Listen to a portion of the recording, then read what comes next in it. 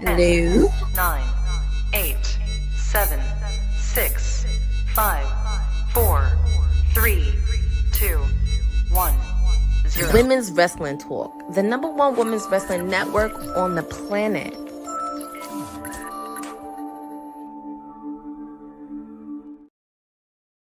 Happy Sunday, everybody. This is your PR princess, your timeless elite, whatever you want to call me, Stone Cold Courtney, with you on this special watch-along edition of AEW Forbidden Door, coming to you from London, England at the O2 Center. I just got wrapped up watching the matches from 0 Hour. Also, we have found out Bryan Danielson will be joining commentary throughout this entire show. So I'm very curious on what he has to say throughout tonight's show, especially against Nigel McGuinness and Zack Sabre Jr., also with the Lights Out match as well. So very curious on getting his thoughts on that. We are kicking it off. If you've watched 0 Hour, we are kicking it off with Christian Cage and Adam Copeland, but I still know them as Edge and Christian.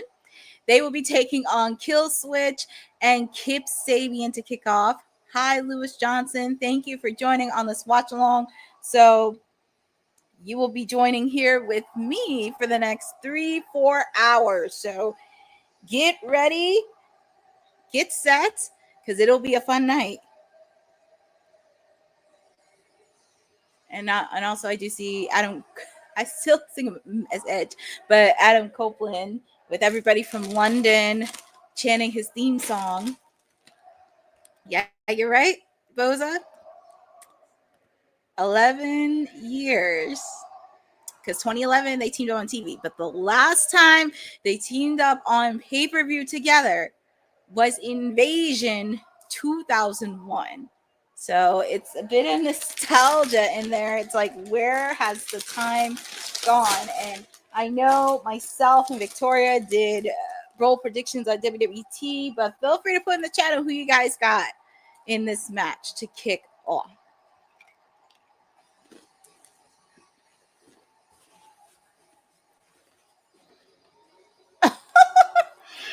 Christian Cage's Titan John, it actually said asshole, but he did admit.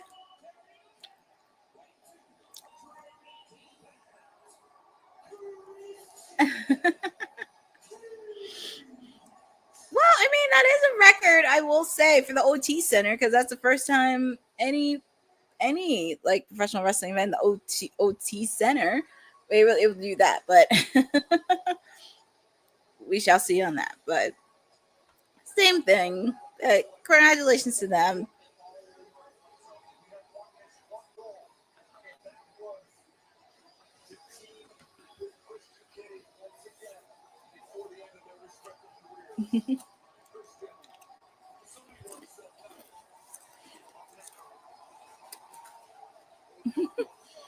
It's very interesting to see them back together, especially like not on WWE soil, but on AEW soil.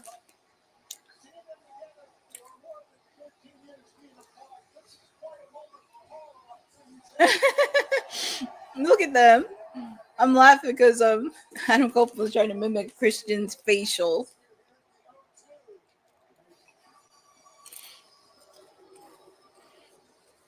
But here comes Kill Switch, who made his triumphant return at AEW Dynamite this past week in Glasgow, Scotland. And here comes Mother Wayne.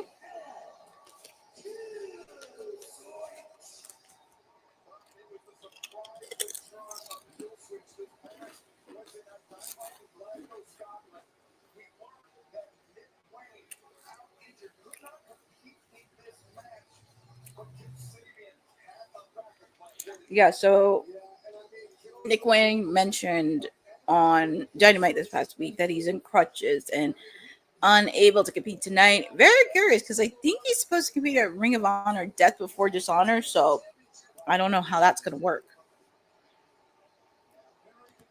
Yes, it's a great opportunity for Arcady because FYI, if you had seen Dynamite 2 weeks ago on Dynamite, the Young Bucks super kicked Justin Roberts. So he's out of commission for a while. So that's why our kitty is filling in, and she's been doing a stellar job so far.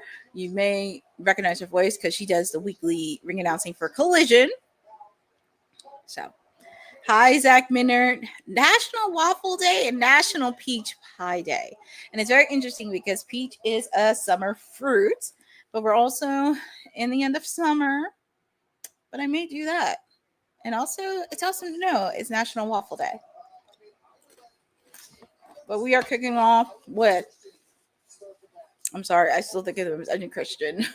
I can't call them by their names in AEW. I still think of them as Edge and Christian.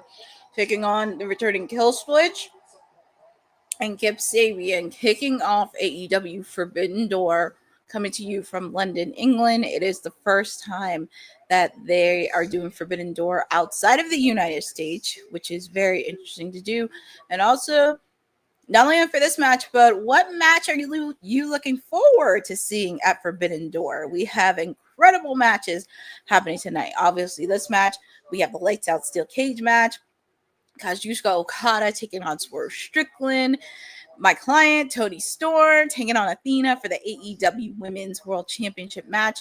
We also have the TBS Fatal 4-Way match with Mercedes Moné taking on Persephone from CMLL, Bozilla from Stardom, and my other client, Alex Winsar, representing AEW and in front of her home country.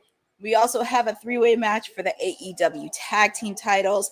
We have FTR taking on Brodito, taking on the Hurt Syndicate. So pretty much any match. Oh, we also do have Hangman versus MJF for the AEW World title.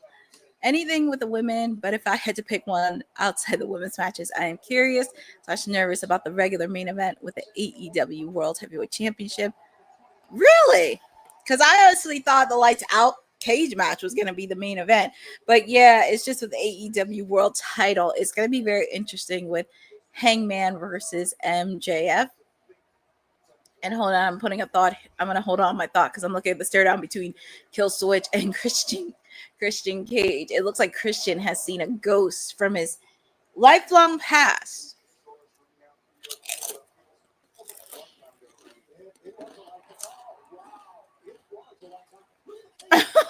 He got out of there and he wants Edge to team out. My God.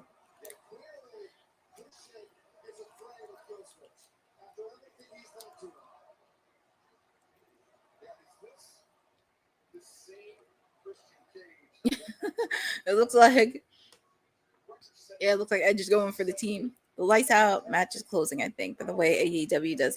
Yeah, because usually they say the unsanctioned match for the close it, because I know they did it with last year with Hangman and Swerve when they did that Lights Out Steel Cage match.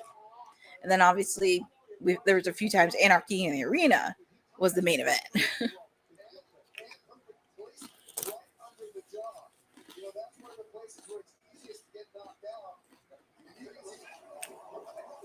But I think with MJF and Hangman, it's going to be very interesting because even though, like, MJF can win the title with either no disqualification or a count out, expect to see Ricochet and the Gates of Agony, along with Roderick Briscoe helping Hangman, but also Mystico could be helping out too, because with the fact Mystico has an upcoming match with MJF for CMLL's event, and it was for their 92nd anniversary. So, and also a reminder, MJF is the CMLL World Heavyweight Championship match. Sorry, I'm looking at this match and I saw Adam Copeland slap Kip Sabian in the face.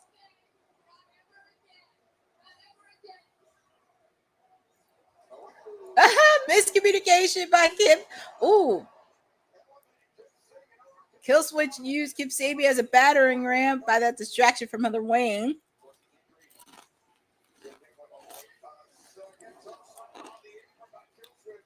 She thinks she's untouchable, but sooner or later she's gonna get. She thinks she's untouchable, but sooner or later she's gonna get what's coming to her. The same way Marina Shafir had what's coming to her. She's been with the Death Riders.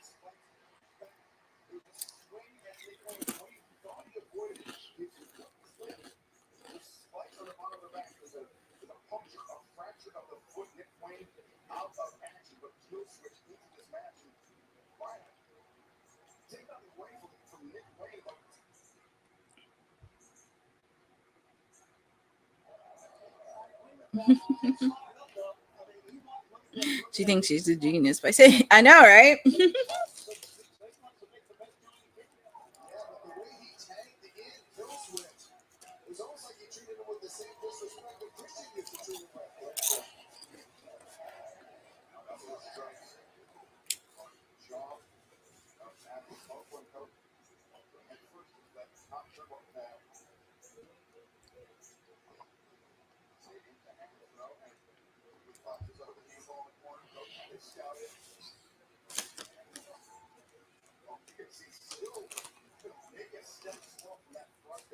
Nice counter by Kip Sabian.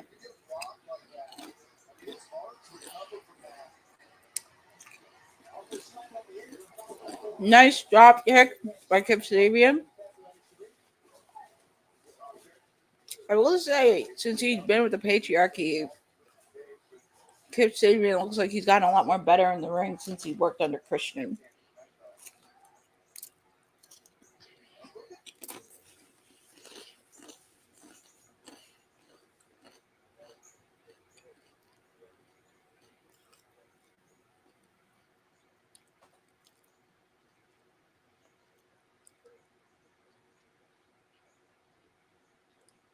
Let's see.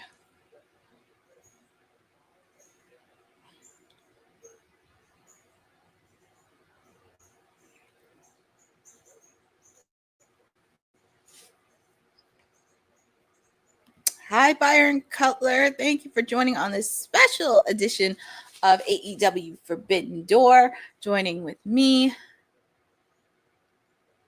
Shoot. Let me see. I need to work on my buffering. Give me. Oh, it came back on. So, because I was having a little bit of buffering issues, but it came back on. So, in the ring. And also, if you're joining me right now, we are kicking off with a tag team match. We are kicking off with Kip Sabian and Killswitch taking on the team of Adam Copeland and Christian Cage, but I still call them Edge and Christian. This is the first pay-per-view match since 2001 they have teamed up together. And the last time they teamed up together was back at Invasion. So it's a real treat for wrestling fans to see them back together. And if you saw Dynamite this past week, Christian and I'm going to call them Edge. Edge and Christian made a pact saying he will fix Christian's problem with the rest of the patriarchy, and Christian will help with Edge's problem with FTR. So this will be very interesting. And Kip Sabian looks like he's busted open in the eye.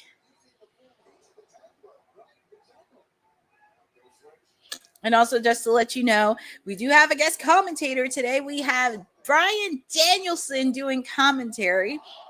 As you know, Nigel McGuinness, he's getting ready for his match against Zack Sabre Jr. for the IWGP Championship with Daniel Garcia in his corner. I just have a slight feeling Daniel Garcia is going to turn on Nigel, and I think it would be a good opportunity for him to do a program underneath Nigel McGuinness. But and here comes Mother Wayne. She's just being devious as she is, being distraction. But Kip Sabian taking out Christian.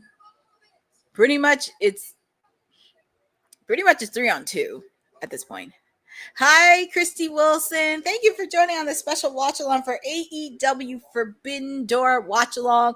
This is your timeless elite, your PR princess of WWT, Courtney, with you today. And we have a jam-packed show coming to you from London, England.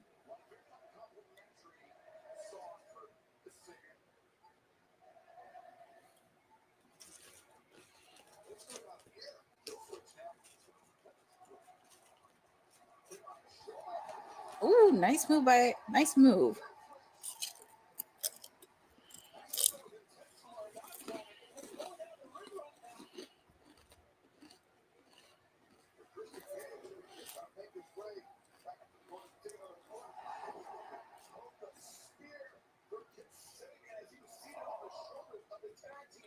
Oh my God. Kip Sabian, his whole face is like half bloodied. And the referee's trying to count to 10 because both men are down, but Christian's up on his feet, trying to make the tag in to his partner. Nice counter by Edge. Tag is made to Christian. And look, sooner or later, he has to face off against his own skeletons. And that is Kill Switch, because we have not seen Kill Switch for quite some time, because unfortunately he had a very health scare moment suffering from pneumonia. And we did not think he was going to either wrestle or walk again. Thankfully, he had enough time to recover. Happy to see him back. Very curious on where this is going to go.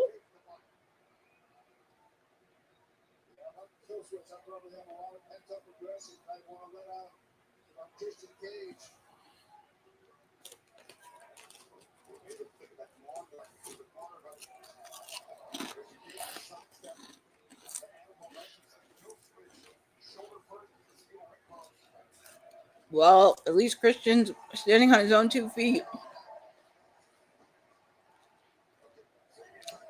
Oh my God, Kip Sabian. Both of them are severing the middle rope by Christian.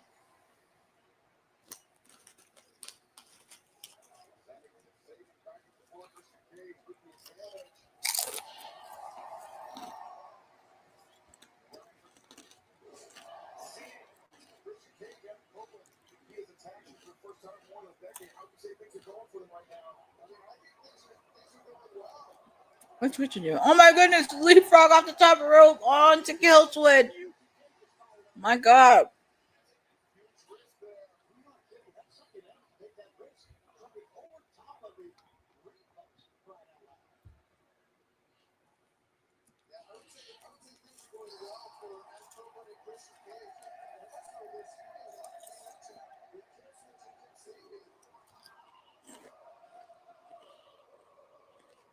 Oh my goodness, Kill Switch as Christian. What are they planning to do over the top rope?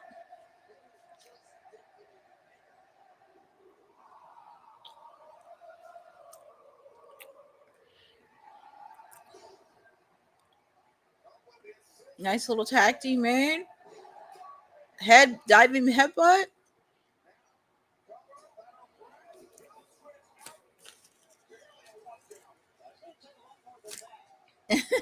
Yeah, I mean, Christian does have to face his own, because he did treat well, I know people call him Kill Switch, but I call him Luchasaurus. They did treat him very badly. But trying to do the double choke slam. Kip Sabian not far behind.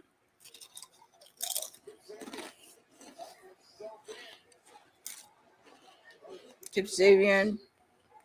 Double DDT!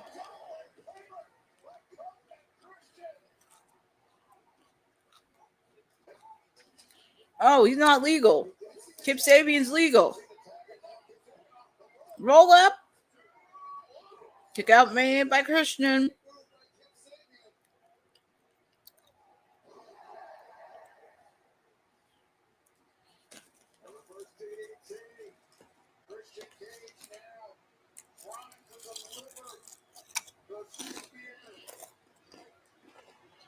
Christian 9 spear, but Kill Switch got him.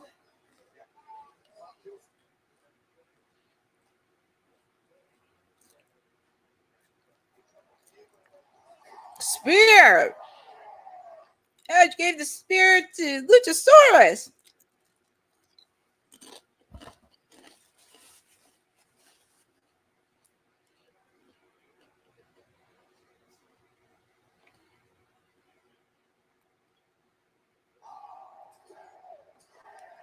Woo, and 3. Not too bad. You're winners. I'm going to call them Edge and Christian. They're still Edge and Christian to me, but Edge and Christian for the win. Well, they picked up a nice, good victory, and hopefully they can continue this partnership, because Edge helped Christian with his patriarchy problem. Unfortunately, there's going to be more after this. He's got to help. Christian has to get his end of the deal. He's got to help his buddy out with his FTR problem. I know, with the fact too. And you got to still deal with FTR as well. But I do think that, and also with Nick Wayne as well, because even though he is slightly injured on crutches, I do think there is a lot more. I do think Nick Wayne and Mama Wayne have some stuff up their sleeves. But they're back together again, and hopefully we see them together again at All Out in Toronto. Oh boy, that would be so fun. To them back together again in Toronto. But look, Christian's putting out his hand. He's shaking his hand. And they shake hands. So it's a nice. I guess Christian doesn't want to hug, but he doesn't want to hug.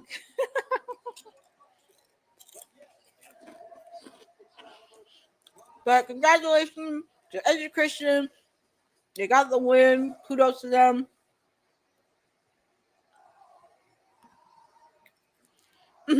Yeah, Christian teased. Yeah, they teased it, but I think it'll be there for the long run. I think it'll be somewhere down the long run. We get to see them and they get to ride off in the sunset together. But I think they definitely will. I think they'll definitely headline All Out in Toronto. I mean, obviously, they're from Toronto. You can't have a match. But up next is the TNT Championship match. Himuro Takahashi taking on the Aussie Proto style Kyle Fletcher. Well, I can tell you the Don Callis family is going to have a busy night because they have this match and they have Okada versus Swerve. Actually, they're going to have a busy match because a few of the members of the family were in 0 Hour earlier today.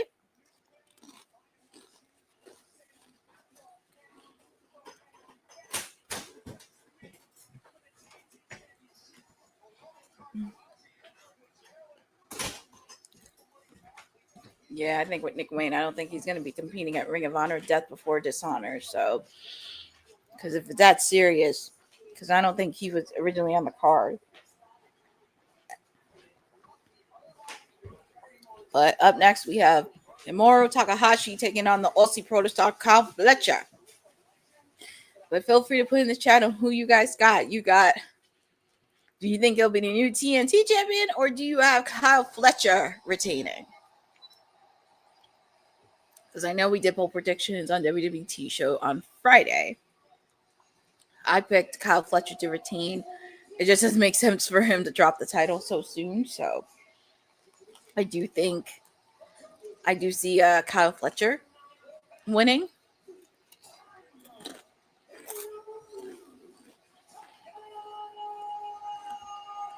There are only 4 matches after. 4 matches at Ring of Honor, Death Before Dishonor. And Takuro Shibata, just to let you know, because I know people are asking, what's the other ring announcer? He is the ring announcer for New Japan. So you can understand that this is a joint collaboration between AEW, New Japan, and New Japan. So they're showing the commentator team from New Japan.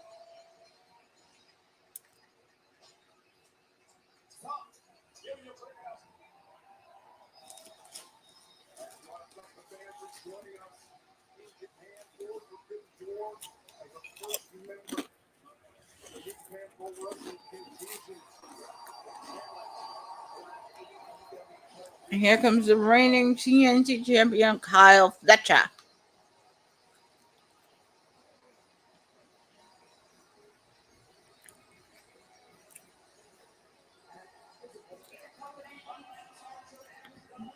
Not surprised that Justin. I know. I really thought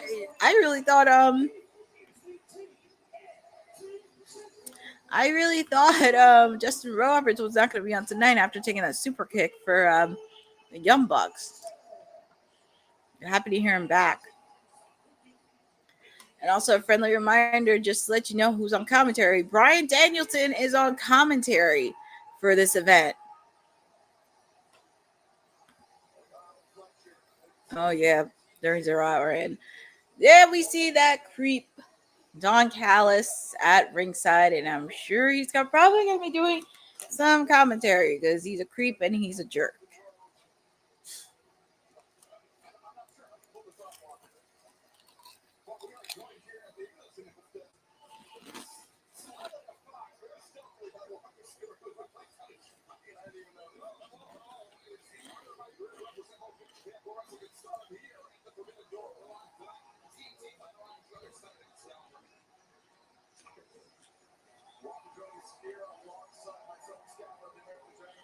Yeah, here we go.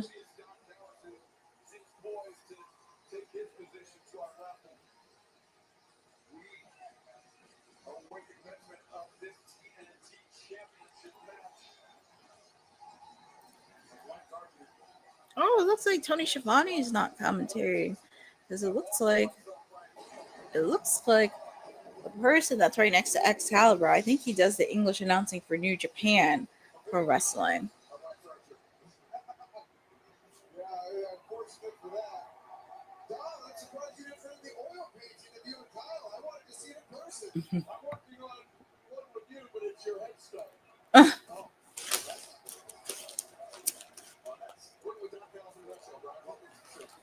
But feel free to put in the chat on who you guys got, because we have our second match of the night, which is the TNT Championship match. Kyle Fletcher taking on Himuro Takahashi.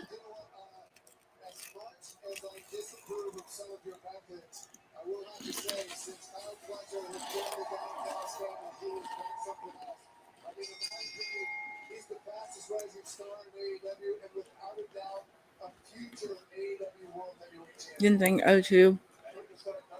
I didn't think so either.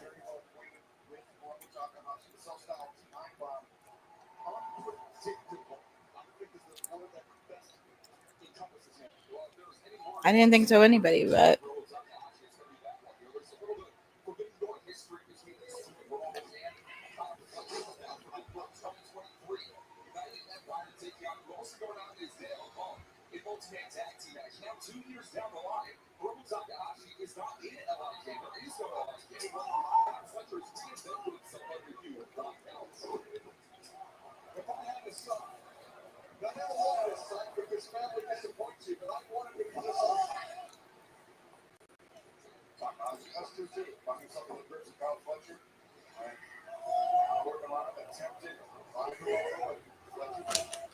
so this is a solid match, kicking it off with these two.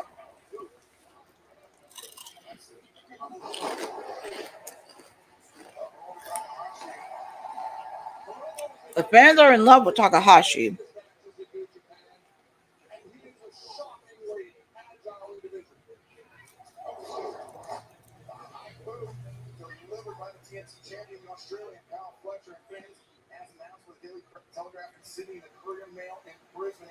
Oh, so it's official. So Saturday, February 4th in Sydney, Australia, it'll be Grand Slam Australia.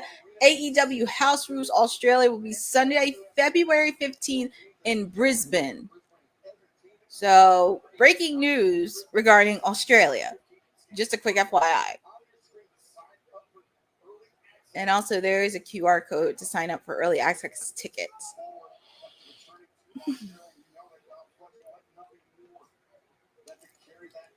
It would be interesting to attend an event in Australia, because I wouldn't mind going to Australia for a wrestling show, because their fan base is pretty cool.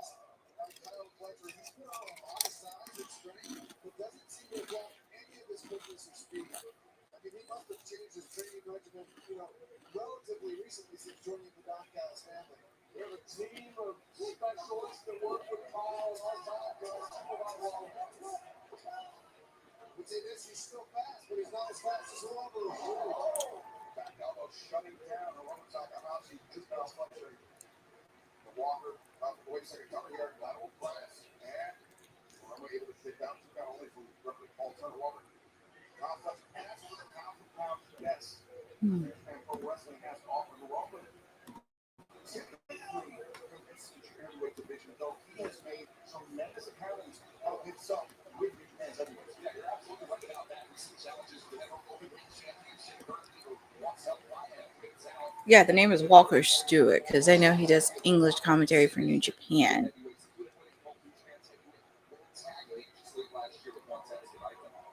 I just want to point out the tremendous power that Kyle Fletcher just got on that body slam.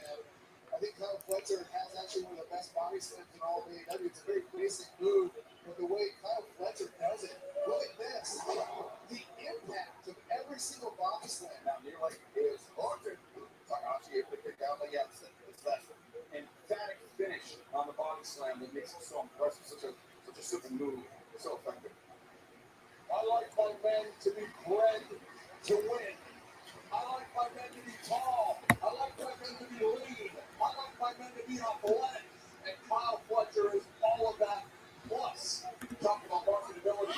it just came out this evening that AEW will be coming back. Yep, it will be. And this is the first time they're doing a house show. And I think it's nice that they are experiencing different things, especially with house shows. And I think it does come for an opportunity because WWE had to cut back on doing house shows from paying their debt. But this would be a good opportunity for AEW to kind of explore on doing house shows, because that could lead to other opportunities where wrestlers do get to train more, opens a lot of opportunities for some wrestlers you don't see on a week-to-week basis on TV.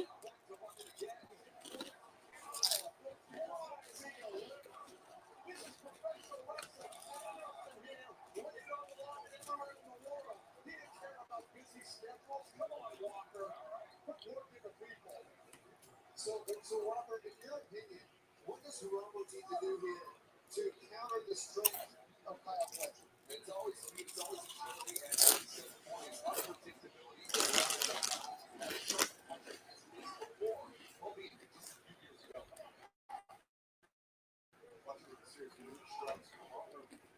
Exactly. They want to depend a lot on the indie gigs.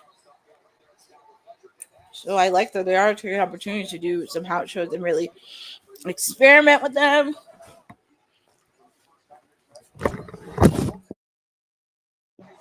Oh, that was a save.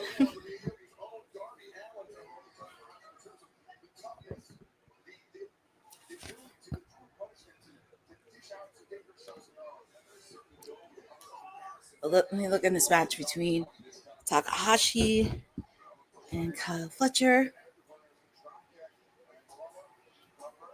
Kick out made by Kyle Fletcher.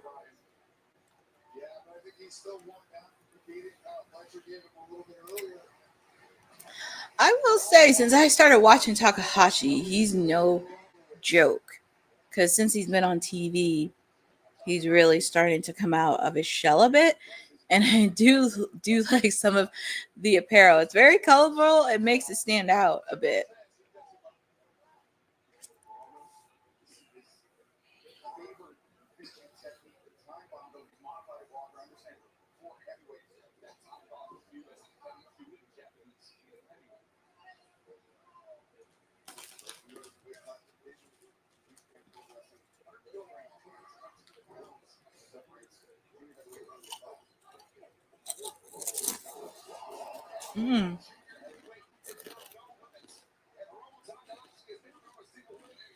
Kyle Fletcher's holding on to his knee. Hopefully it's not a serious injury.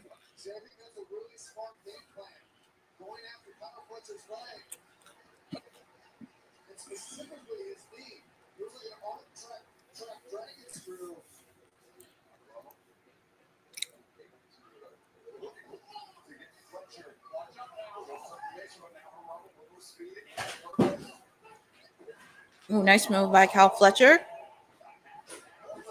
But Takahashi came up very quickly.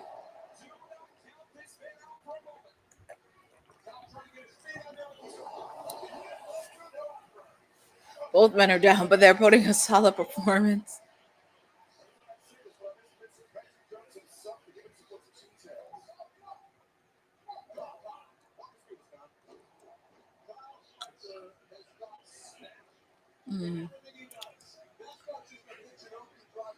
Oh, geez, now I have to listen to this creep on commentary.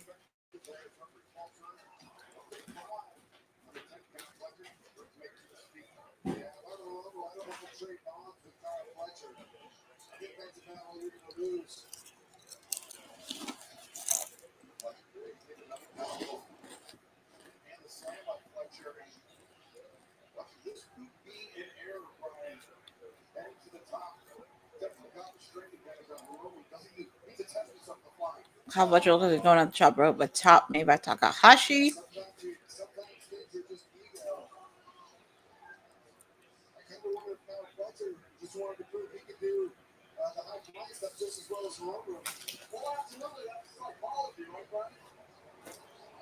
Nice counter by Kyle Fletcher.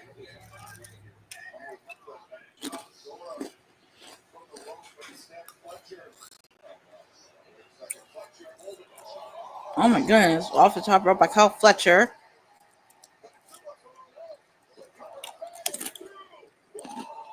Kick out made by Takahashi.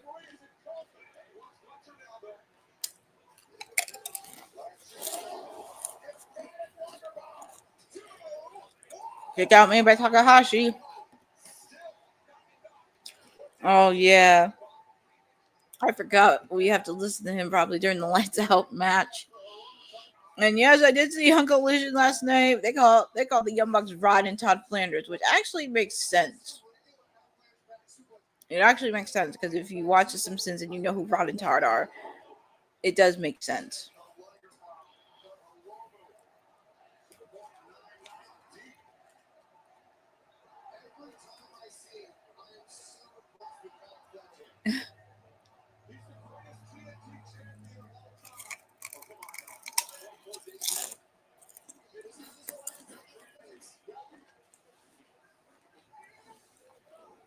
John, I wouldn't say Kyle Fletcher is the greatest TNT champion just yet. I think Christian wants Christian's trying to ask for that.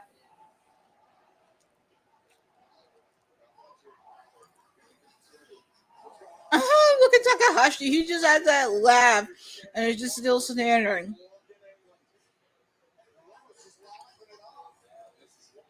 He's just laughing it off like it's no tomorrow.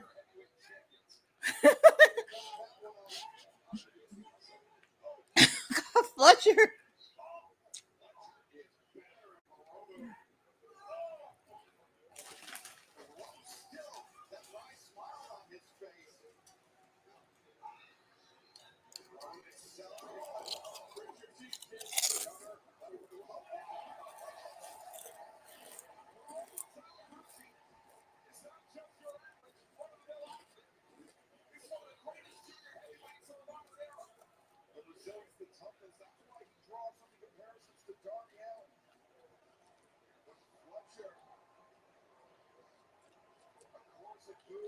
Not getting a good reception.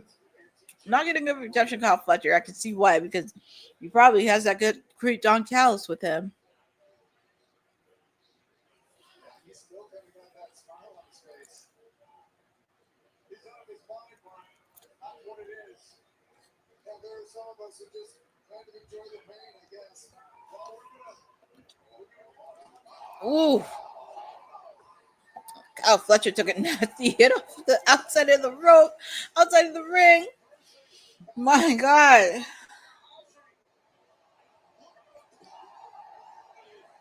I've only watched Takahashi for 3 weeks, and I can tell this guy's no joke. And I think that's the perk since I started watching AEW is learning a lot more about Stardom, New Japan, and CMLL with these partnerships. Because yes, sometimes the partnerships are not that great. Well, kick out made by Kyle Fletcher. Sure, the partnerships are not that great as of now, but it does give you the opportunity to learn about some of the wrestlers from the other promotions and see what they have done.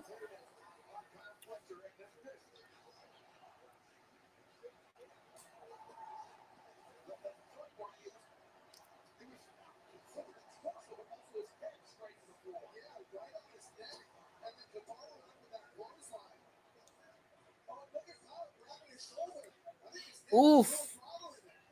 Oof, Kyle Fletcher's grabbing his shoulder. Hopefully it's not too serious. Maybe Kyle Fletcher facing karma after drilling that screw onto Dustin Rhodes' knee. That was very gruesome. I've seen a lot of gruesome stuff in wrestling, but that was probably one of the most gruesome things I've seen.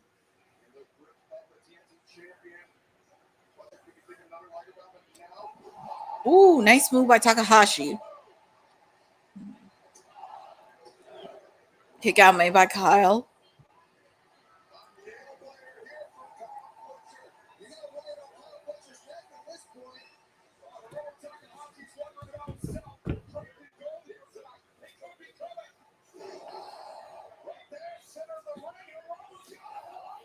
To kick out made by Kyle Fletcher.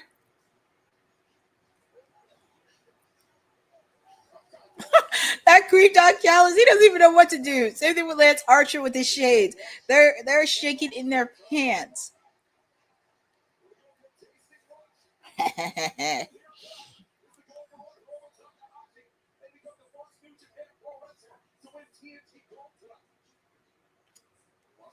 That's what I'm waiting for. It'd be nice to see somebody from New Japan win some AEW gold.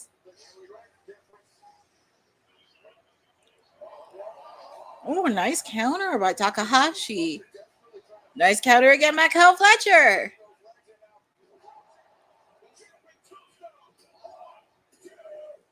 Kick out by Takahashi. Takahashi ain't staying down. This is actually a good second match to get the people going. And it's crazy. This is our second match, and we still have so many matches to go. We have 7 more matches to go.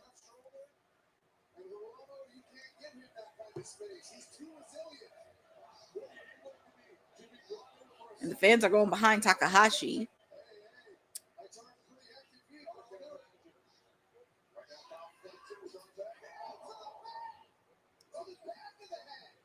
Ooh.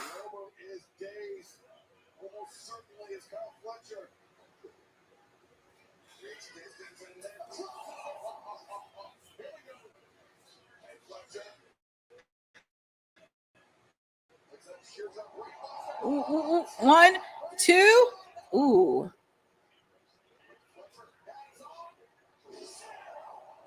That has to be it. 3, and your winner and still TNT champion, Kyle Fletcher. That is true, ladies and gentlemen, because this is the doubleheader on Sunday because we kick off with Forbidden Door. And then we shift over to NXT Heatwave that begins at 7 p.m. Eastern Time for Massachusetts. We did do bowl predictions on WWT. I believe there's going to be a watch along for NXT Heatwave. I'm not sure, but it's a possibility. We shall see. But your winner and still TNT champion is Kyle Fletcher. So congratulations to him.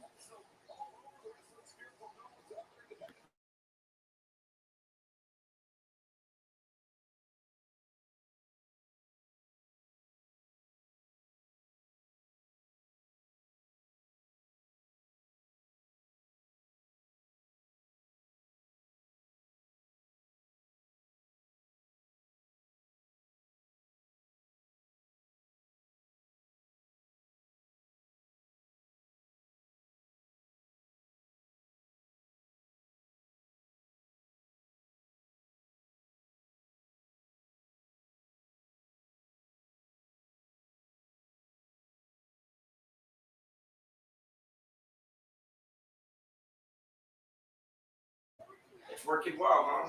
Mm-hmm. So, ladies and gentlemen, I know, not surprised for that creep. I saw a link for NXT Heatwave. There's one.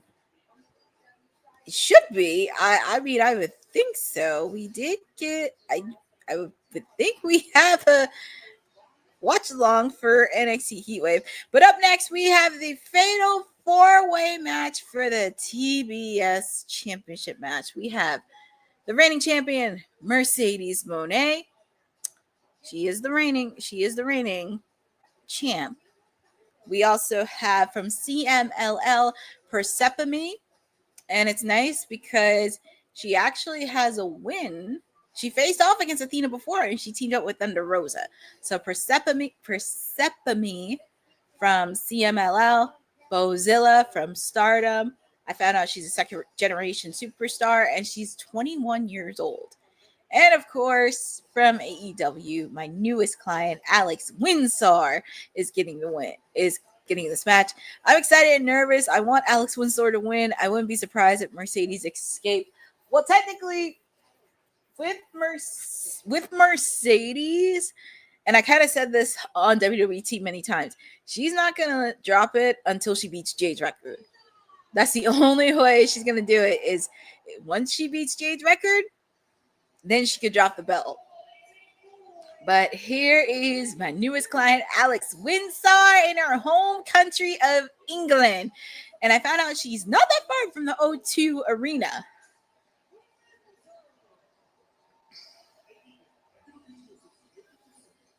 And you know, it's funny. I think it was last night or Friday. Mercedes and Alex Winsor went on opposite ends when they attended the Rev Pro event. Yeah, the Rev Pro independent wrestling event over in the UK, which I thought was really cool. So they were on opposite sides.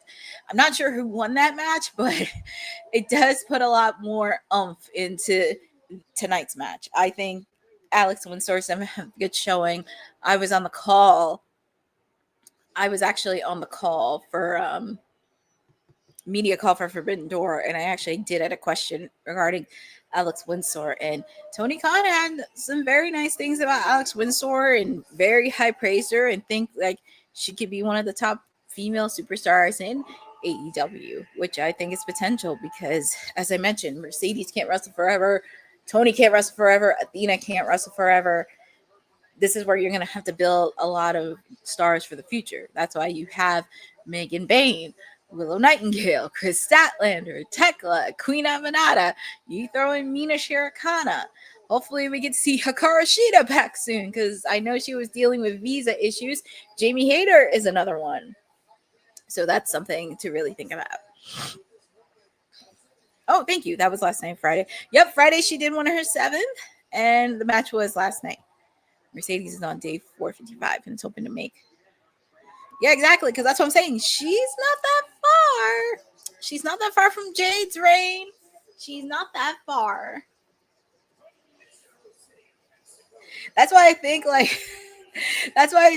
if she breaks it on the day of Wrestle Dream, that should be the night that she drops it. Which I think would be pretty hilarious. I think it would be pretty hilarious to watch. She would have to go to Wrestle. Yep, exactly. She would have to go to Wrestle Dream, which I would find really hilarious. But it would be interesting if she did drop it at a full gear.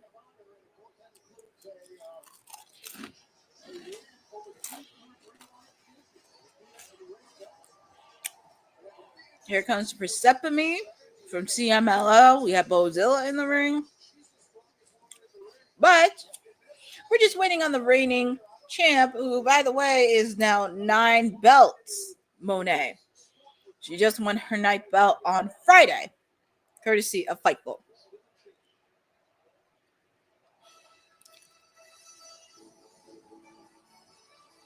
Oh, this is interesting.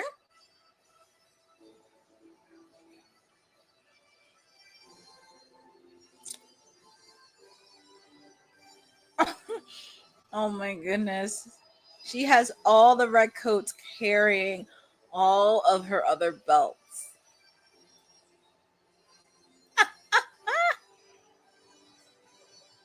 I didn't think she would top off the entrance at all in Texas, but this.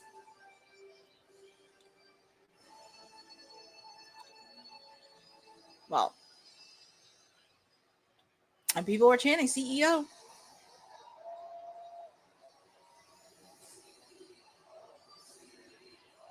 There she is.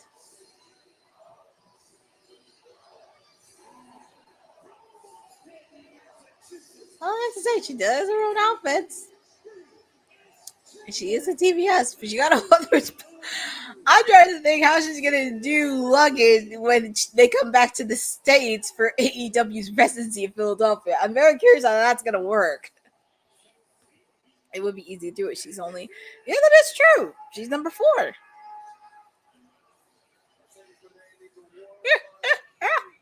I mean, I'm just very curious on how she's going to carry all those belts when she comes back to the States, especially when AEW has to turn around and do their residency in Philadelphia. That is going to be interesting to watch. But it is going to be a good match.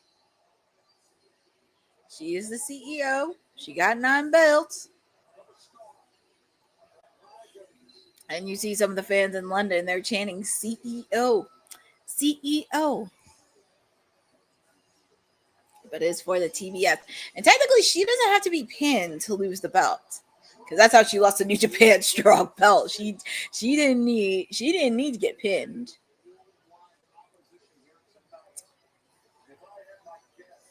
But I'm just waiting for her to go unhinged, because I know sooner or later she's still salty over that loss at All in Texas against my lady Toni Storm. So I can tell you she's very salty over that. I'm just waiting for her to go unhinge a bit. And also it'd be really interesting too, because I know Tony has a big test. If Athena wins, let's just say hypothetically Athena wins, and how enraged and salty will Mercedes be, considering the fact Athena did something that she couldn't even do, and that was beat Tony Storm.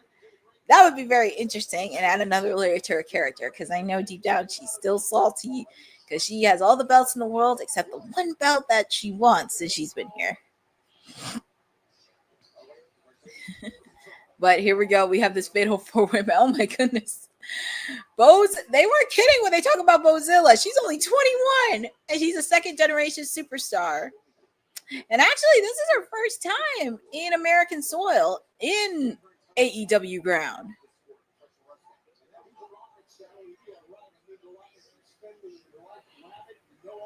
Not only her marriage salty too. You bring it. Yeah, well, he has to understand that she lost.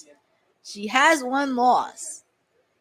And I'm just waiting for her to be salty and unhinged sooner. It's gonna happen sooner than you think. It's just a matter of time on how they're gonna execute it. But whew, that's interesting from Bozilla. They did say she was no joke.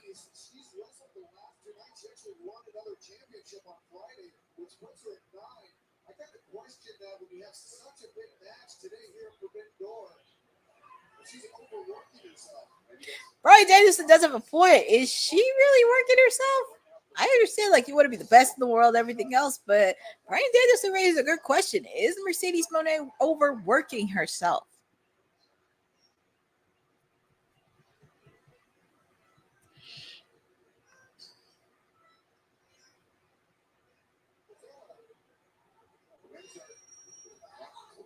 Oh, man. Alex Windsor has Bozilla in a chokehold. But counter made by Bozilla.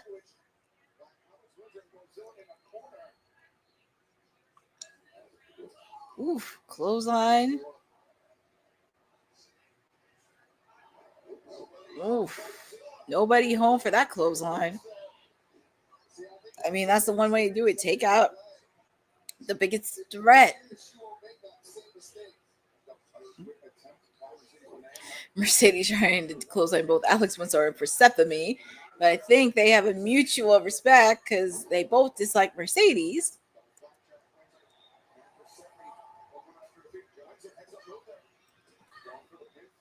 Well, you got to remember, every woman for herself. And also with the fact too, Mercedes does not have to be the one pin. But I did pick Mercedes Moné to retain because I can't see her losing right before she breaks Jade's record. Like, after she breaks Jade's record, like, she could drop it. And after that, she can move on to win the AEW Women's title.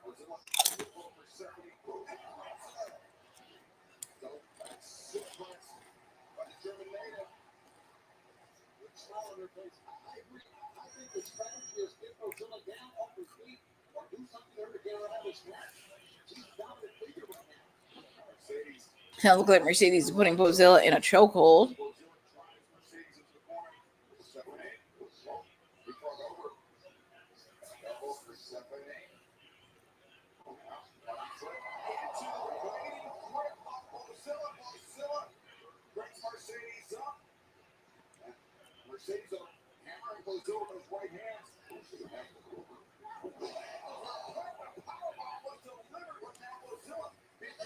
Ooh, double kick by Bozilla. That's the one thing I can say with AEW. I am learning a lot about some of the stars from other promotions as well, especially the women, because I know there is a lot of women out there in promotions, and I know some people always prefer watching one wrestling promotion, but for me, wrestling is wrestling, and I like to watch it from all different promotions and learn more about it. And that's why we have Women's Wrestling Talk, because we always love to highlight a lot of the ladies. Ooh, nice catch. Seton Bob by Alex Windsor. I don't think she can take a pin. Here comes Persephone.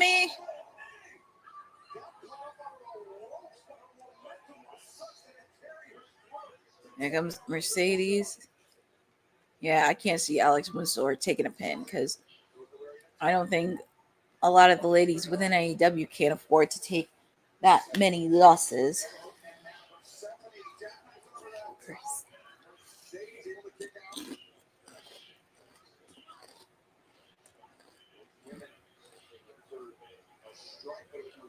Mercedes doing what she does best.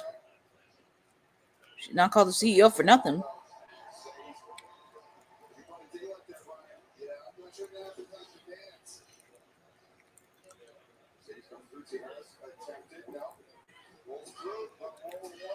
Ooh, nice move by Alex Windsor. Yeah, because like I said, Mercedes does not have to be the one pinned. She can lose the belt without getting pinned.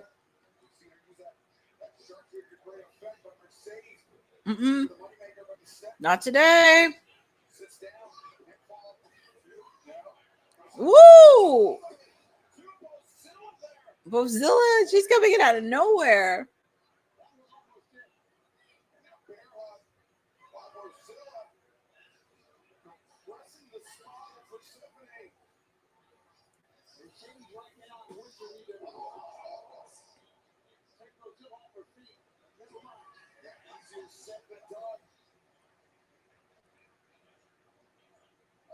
Everybody in this match has had a real problem getting Bozilla down and keeping her down. Yeah, Bozilla is no joke. The crowd in London, 18,000 plus. We are sold out here in the O2. Cheering on Bozilla just 3.5 years into her pro wrestling journey, already turning heads off this massive stage. Yeah, and turning heads, I know, but right now, someone needs to get her down, Brian, just like you said. She's dominating this match. Oof. Well, I will say, if they ever talk about who had a strong performance in this match, I gotta give it to Bozilla because she is really delivering it. And did I mention she's 21 years old? She's a second generation superstar.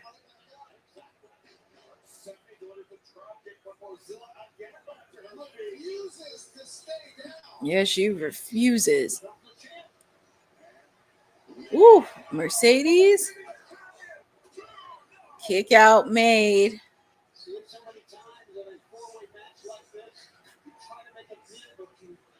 Three-way match is different, but four-way matches, it can be very difficult to do. And also, feel free to put in the channel who you guys got. You think Mercedes is going to retain, or do you think there's going to be a new TBS champion?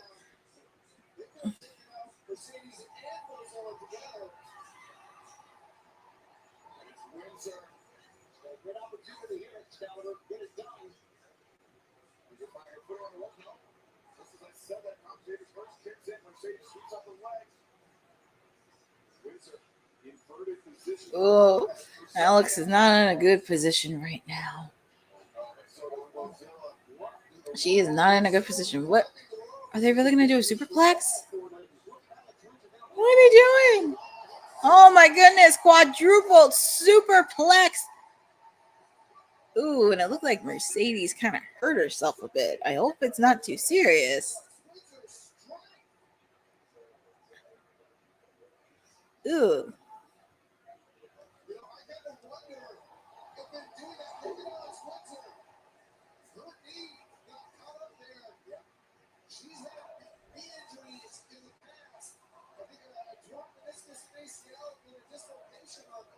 Yeah. Brian Daniels. See, I like Brian Danielson as a commentator because he's a wrestler. He does have a knowledge. We did see him commentate this past week.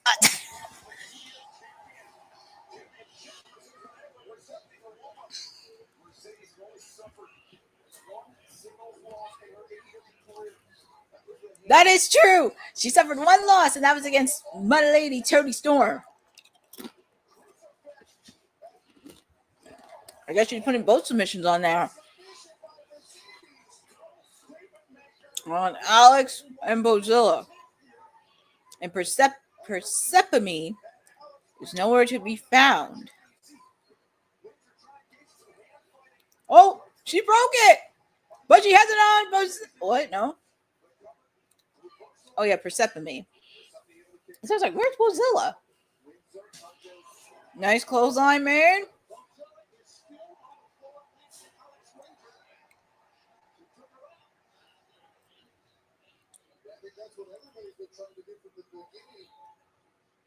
Alex Windsor, she looks like she's going to do a double submission on both of them. Scorpion Deathlock. Ooh.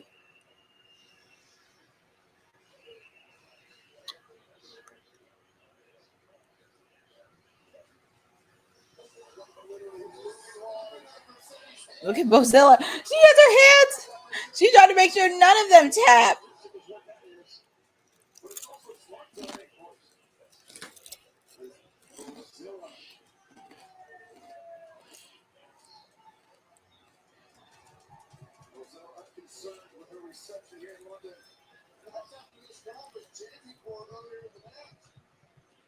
She doesn't care. She just wants to be TBS champion.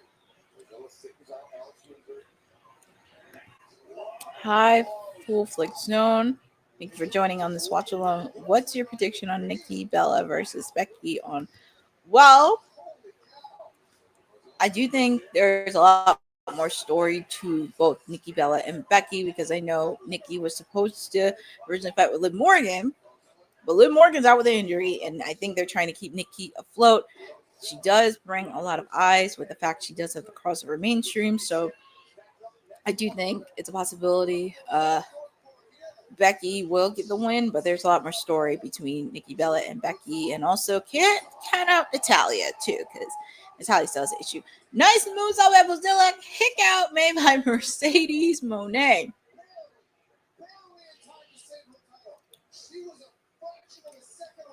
She was too. Look at Mercedes' face. It looks like she's exhausted. Mozilla is looking down at Mercedes. Man, that's the first time I've ever seen her in that corner. The last time I seen her in that face was when she saw Toni Storm this past week. Hold on. Mercedes. Ooh, nice counter. That was a nice counter. Kick out made by Mozilla. I really thought that Mercedes was going to go home free. And plus, we saw what happened on Dynamite this past week, because Alex Windsor, she got the thing for the team, but kick out made by Mercedes.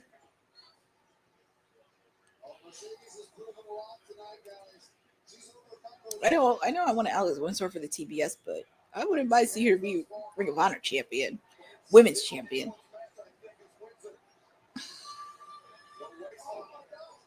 Oof. That's going to be a hard German suplex to do on Mozilla. German suplex on Mozilla. She is an impressive. She's putting down an impressive performance, Mozilla.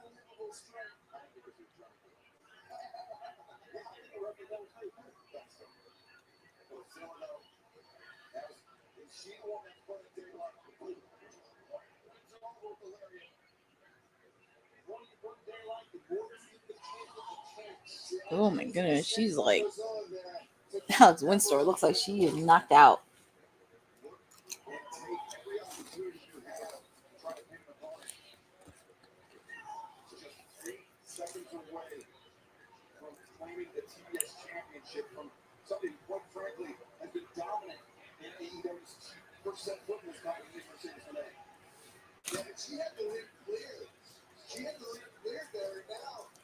She's staring. Mozilla's staring at Persephone.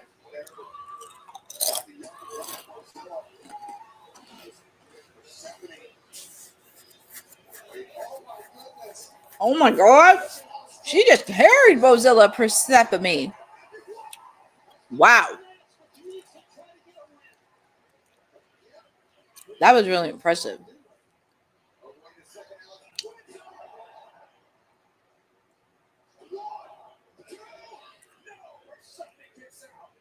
And Mercedes is outside the ring. She's outside.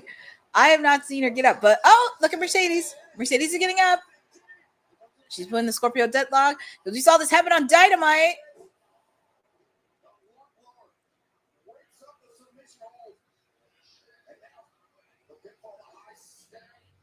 Oh, is Persephone doing her move? Oh my God. No, Mercedes countered. 3. Yeah, she pinned her. She made it that quick. But your winner and still TBS champion is Mercedes Moné. Like I said, she ain't losing that belt until she hits Jade's record. And she's almost there. And I feel like it ain't over between those two, Mercedes and Persephone. Yeah, Persephone. But I do get congratulations to Alex Windsor on her performance. I'm just happy she's not the one that's pinned, but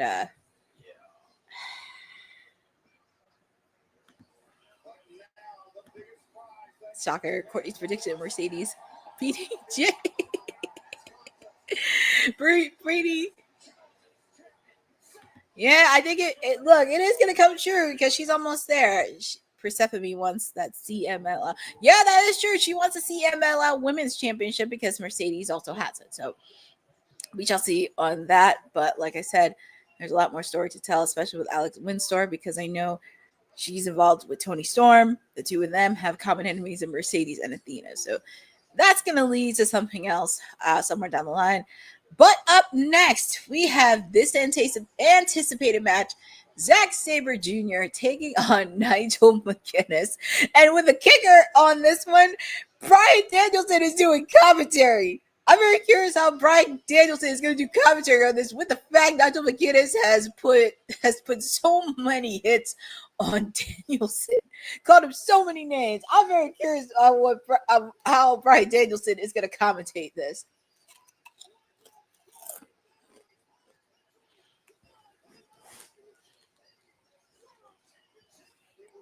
It will be a good match.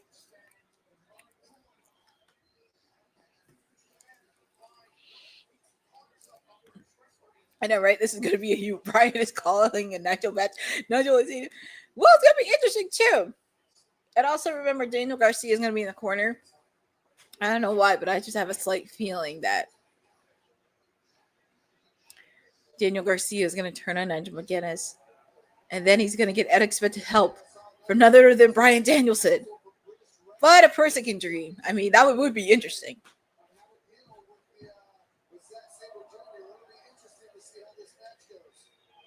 Nigel's getting screwed. Can I get some chips? Mom's here. Well, they're showing this photo. They're showing this promo of Nigel. Obviously, he's back in his home country. Oh my God, I love that. They're showing him from his home country.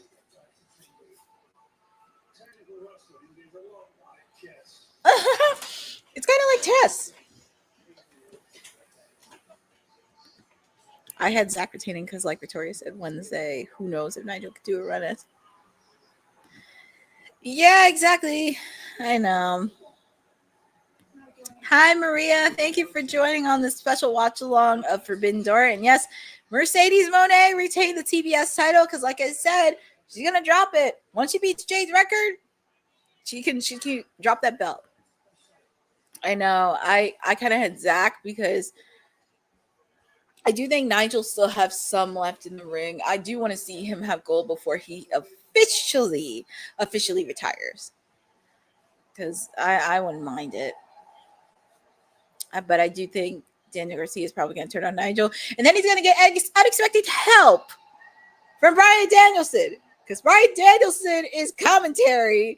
And this is going to be very fun. Him doing commentary on a Nigel match with the fact Nigel, even though Nigel says he doesn't like him, I think deep down Nigel likes Bryan Danielson. Because you ever heard the saying, the enemy of my enemy is my friend. And look, he has his old theme song.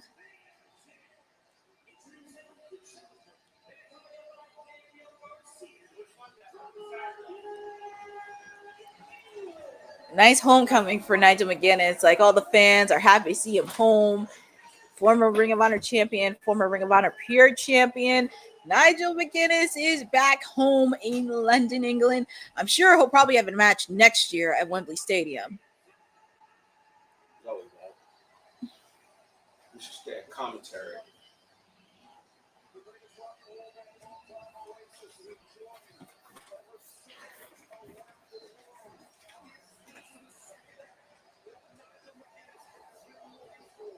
That's what I'm saying. Like, he'll get so much unexpected. He will get unexpected help from the last person he can't stand. Because, oh, that's his coach. He is his coach at ringside. That is so cool. That's such a cool moment. Johnny Saint, Marty Jones, those are both of his coaches. That is so awesome. His coaches are here. I'm sure Nigel's wife is there, his family, his friends.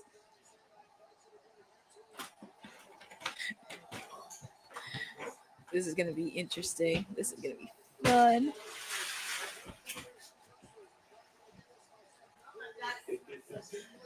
Scary dogs.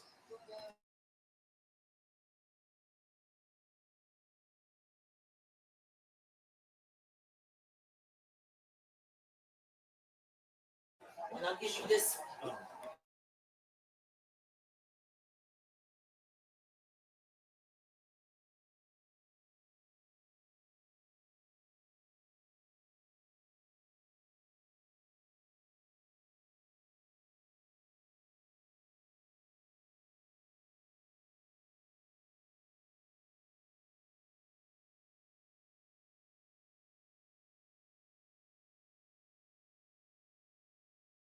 But here comes Zack Sabre Jr. He is no stranger. Zack Sabre Jr. is no stranger to forbidden. What's They his name? The one that retired.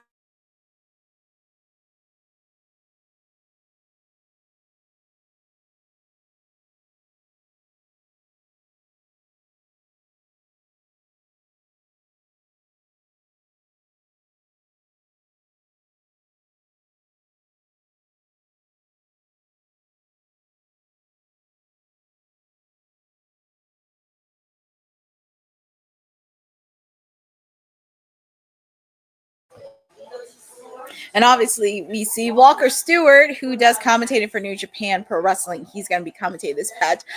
I'm just here for Bryan Danielson because I just want to know how he's going to commentate this. This is going to be so good.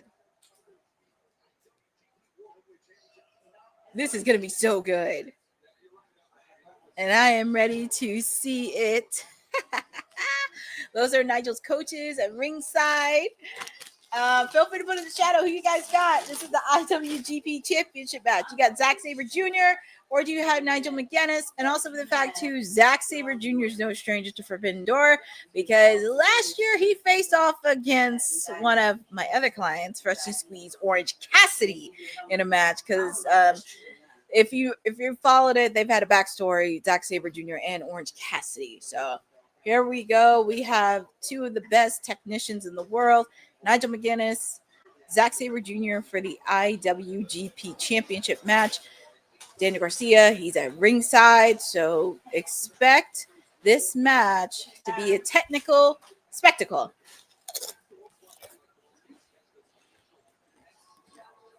I know, exactly. That would be crazy. But like I said, I just have this feeling Daniel Garcia is going to turn on him, and then he's going to get unexpected help from Bryan Danielson because you'll be the last person. And also, you'll be very surprised how many people influence Nigel. Like a lot of people have appreciated and respect Nigel for the wrestling he's done. Like Lee Moriarty gave him praise when they faced off against for the pure championship match that Nigel held. Max Caster has said this in an interview with Chris Van Vliet that the guy that put the spark on him in wrestling was Nigel McGuinness. So, got to give Nigel a lot of credit.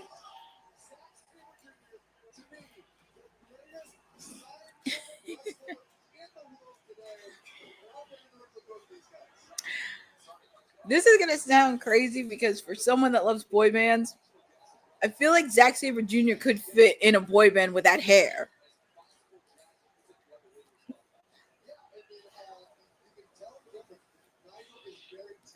Yes, he is. He's one of the best Ring of Honor champions in the world.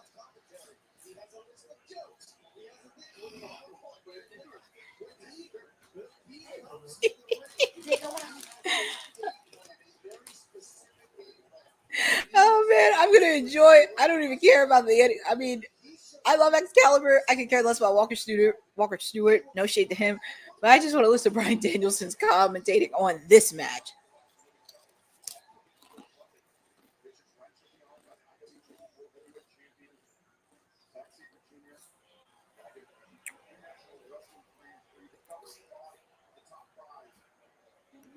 And then Zack Sabre Jr. looks like he could be in the Backstreet Boys. Like he could be like Nick Carter's long lost cousin with that hair.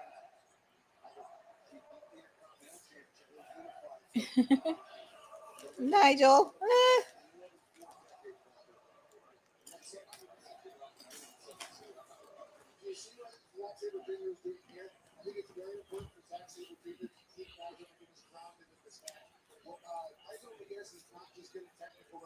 He also has an incredible lariat. And so that's one of the things that if I'm Zack Sabre Jr., I want to keep Nigel McGuinness off the ground like he is right here. Look at Zack. I mean, he's got all the confidence in the world, Zack Sabre Jr. Oh my God. He's like bending his hand, his fingers. That's why he's one of the best technicians.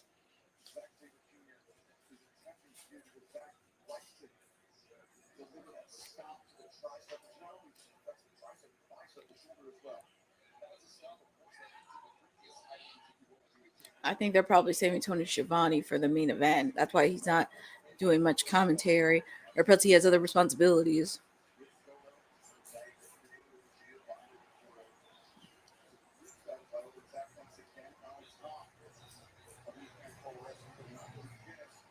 There's Nigel.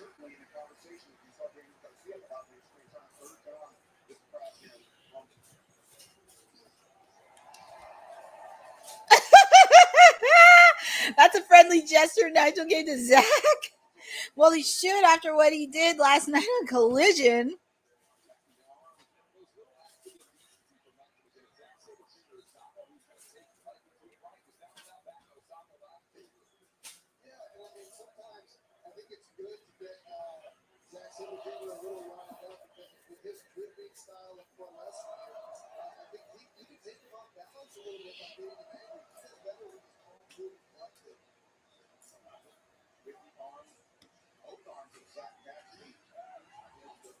I know if they want to do like a freak out moment, I mean, give the title to Nigel.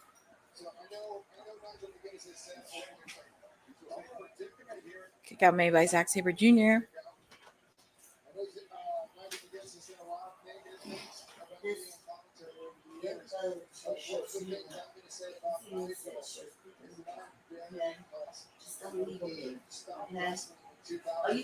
Nigel, he's doing that. Oh, nice move by Zack Sabre Jr.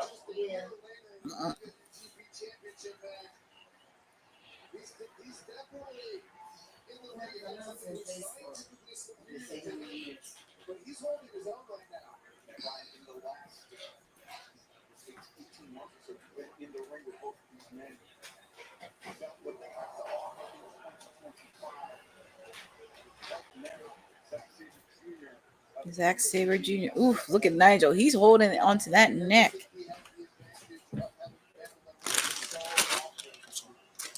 He's holding onto that neck.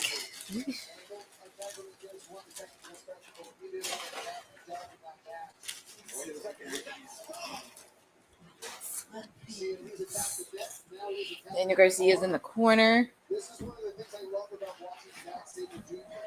is he'll attack a bunch of different body parts. And like I said, Zack Sabre Jr. is no stranger to Forbidden Door because he competed last year against Orange Cassidy.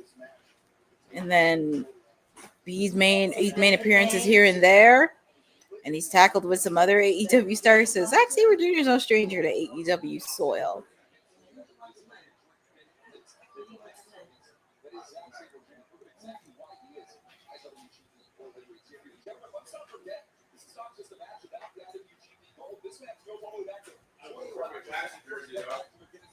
What jacket?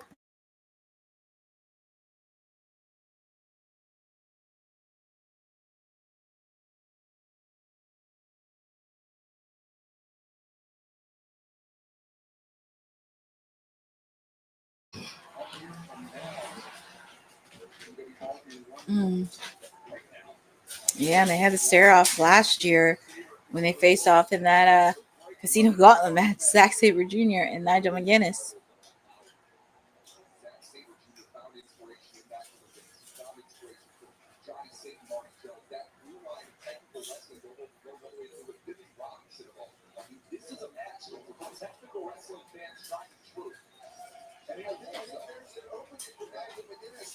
With that spin out, you know, when you don't roll through when somebody spins out of a front face lock like that, you jam your shoulder really bad. See, that's why Zach has to keep Nigel off his feet. Very potent striker. In addition to being a tremendous technical wrestling, great reference there by Billy Robinson, sneaked it up and really the birthplace of the catch hand style of professional wrestling that has influenced so many wrestlers, not McGinnis, Benson, Jr., Rice, but also Jeffrey Anderson as well. Zack Sabre Jr. has definitely kept that style alive, and that's what McGinnis is after. Nice uppercut by Nigel.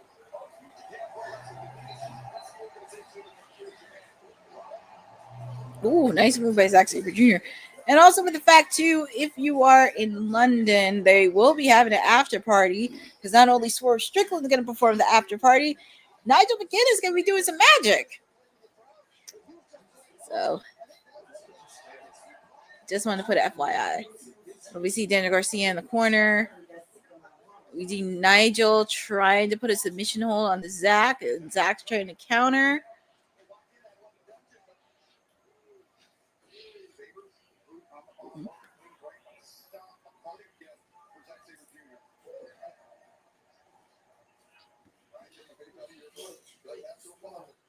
Look at Brian Danielson.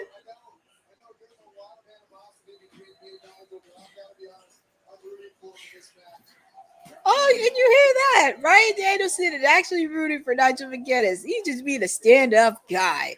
After as many times Nigel trashed him on commentary, he's being a stand-up guy.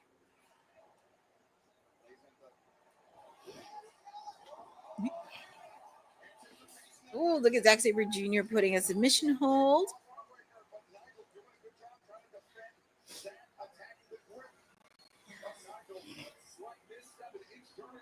Ooh, ooh, ooh, ooh.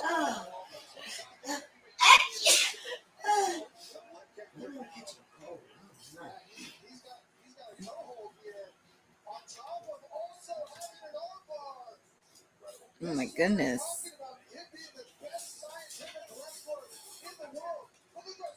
Daniel Garcia called Zack Sabre Jr. the best scientific wrestler in the world, and that's a compliment. Oh my God, he has him in an interesting submission hold.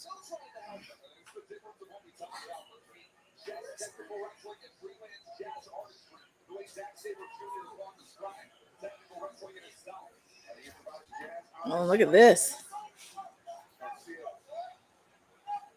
Daniel Garcia, he's trying to put his foot.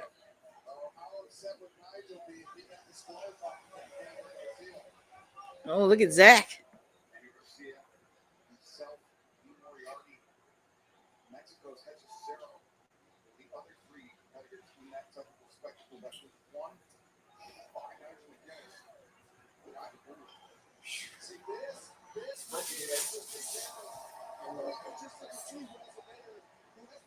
Larry can do this.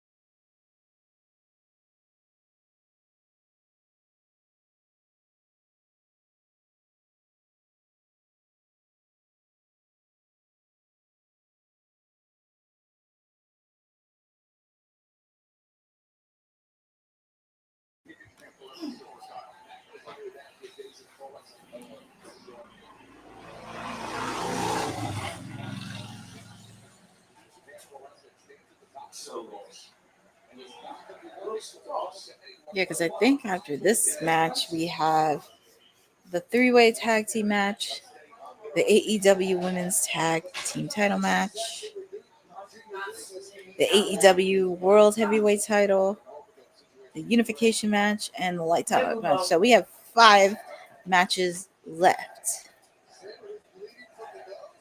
Ooh, is that? Yep. Brian Danielson caught it. Zack Sabre Jr. is bleeding from the nose.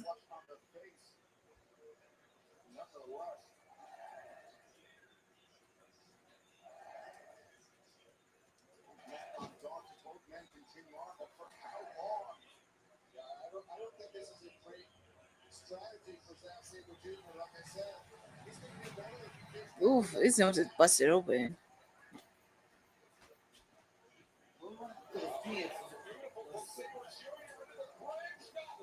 Kick out made by Nigel.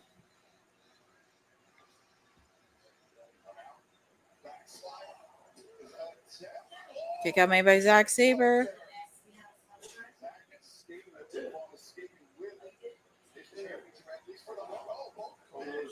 Oh, nice counter by Nigel. Clothesline. Is he gonna do it? 2 kick out made by Zack Sabre Jr.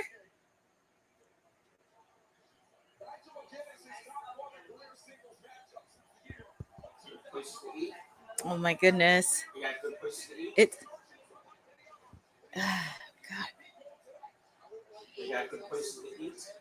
Oh, nice clothesline by Nigel. 2 kick out made by Zack Sabre Jr. Good places to eat.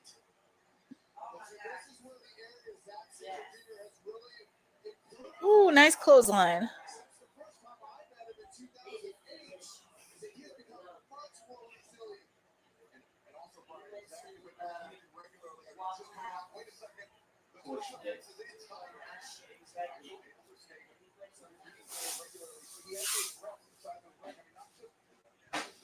Oof. Zack Sabre holding onto his arm.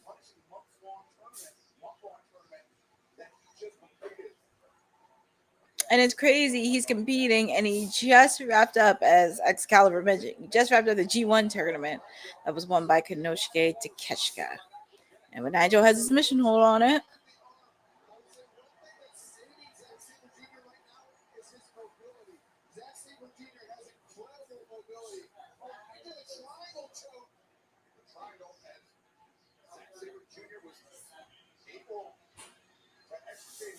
What's Daniel Garcia doing? I know that's what Frank Danielson. What's he doing? See, and I told you this was a possibility. He was going to turn on him.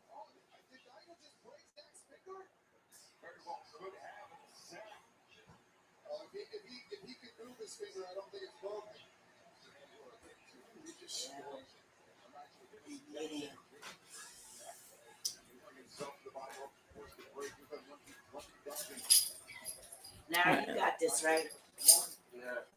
All right, let's see. Zack Sabre Jr. Ooh, he got the submission all on the ropes. Zack, he's like a magician. And look at Zack Sabre Jr. in the face of Daniel Garcia.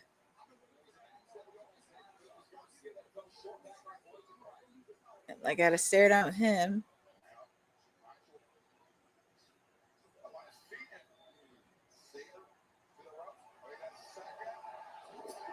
Ooh! Is that it to be it? 2! Oh, Zack Sabre Jr. has his foot on the ropes. I really thought that was it. If they won a 2025 OMG Moment of the Year, you can give Nigel the win. Here we go. The up kick with Nigel.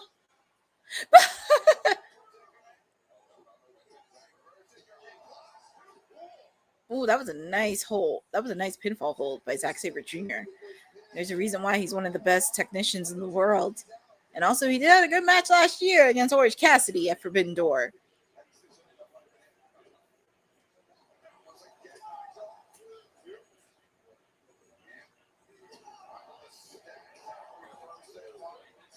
Three, that's it. And your winner And still IWGP champion, Zack Sabre Jr. It was a really good match. I really thought they were giving it to Nigel, but I hope they do give him some gold before he officially retires from wrestling. Because he can still go in the ring.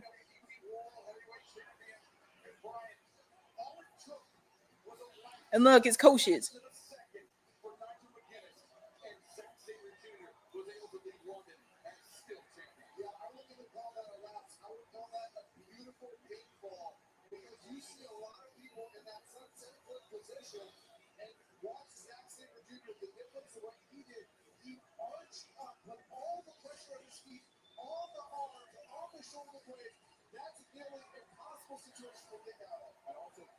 Let's see what happens after the match.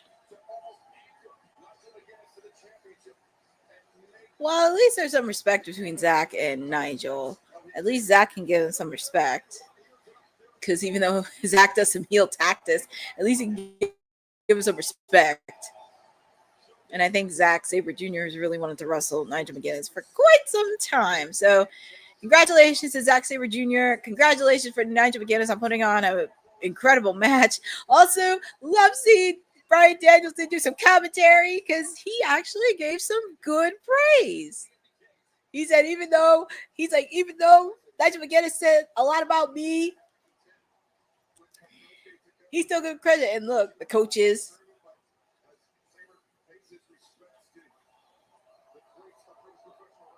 And here comes Tony Schiavone in the ring to talk to his Daniel Garcia and Nigel McGuinness getting a hug. But let's hear what Tony Schiavone has to say to his broadcast colleague. Let's see what Tony Schiavone has to say.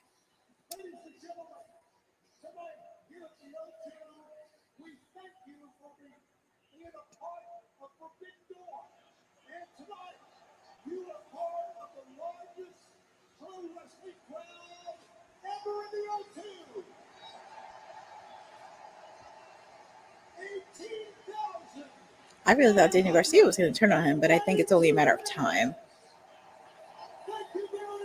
So 18,992 are in attendance. Professional wrestling attendance record at the O2 Arena. That's really solid. Congratulations to them on pulling off Forbidden Door in London. We always want to see all wrestling promotions be successful, and kudos to everybody in AEW, everybody making Forbidden Door happen, everybody who is attending there live. Oh, we still see Queen Aminata and Tekla fighting it out from earlier. Because if you remember from 0 Hour, they were part of that All-Star 8-woman tag team match. And apparently Tekla had Queen Aminata, and it looks like they're coming out in the ring. They've been fighting it out since earlier. Those two ladies cannot be contained at all. My God. I like it. Well, at least we get to see a little bit more of appearance of the ladies. I'm okay with that.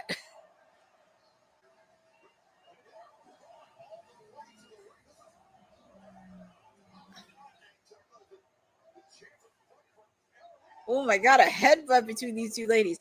I'm going to tell you something. If they're going to do some storylines after Forbidden Door, they're going to have to, if they're going to do some storylines, they better include Tekla and Queen Aminata for All Out in Toronto. Well, but here comes Julia Hart and Sky Blue. And Queen Aminata looks like she's outnumbered because we did see the rest of her tag team partners laid out. Statlander, Willow, Harley. Oh, no. I'm just having a ball. There is Jamie Hayter. I'm so happy. I'm just having a ball. Jamie Hayter has been out of action for a while, and it's perfect that she came back in London. Jamie Hayter! She's back. My client Jimmy Hater is back.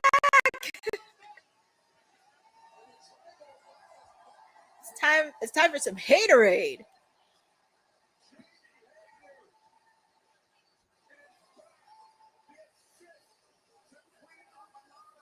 Oh, she does love the queen. I mean, come on, who doesn't love Queen Amanada?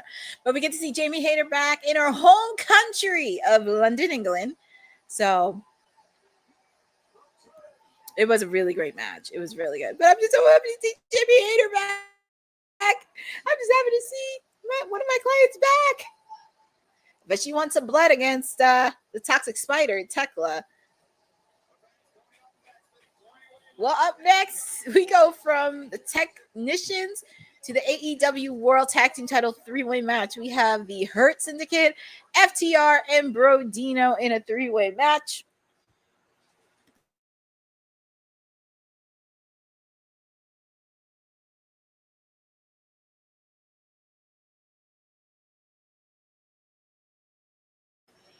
But we have this 3-way match. Feel free to put it in the chats. Ooh, that would be something. I wouldn't be surprised if Triangle Madness and the Queen's Court get the first women's blood. That is true. I mean, we haven't had a blood and guts match yet, because I know with the fact with All in Texas being in July, hopefully we should get a blood and guts soon. I would think it would be a good opportunity probably to do it.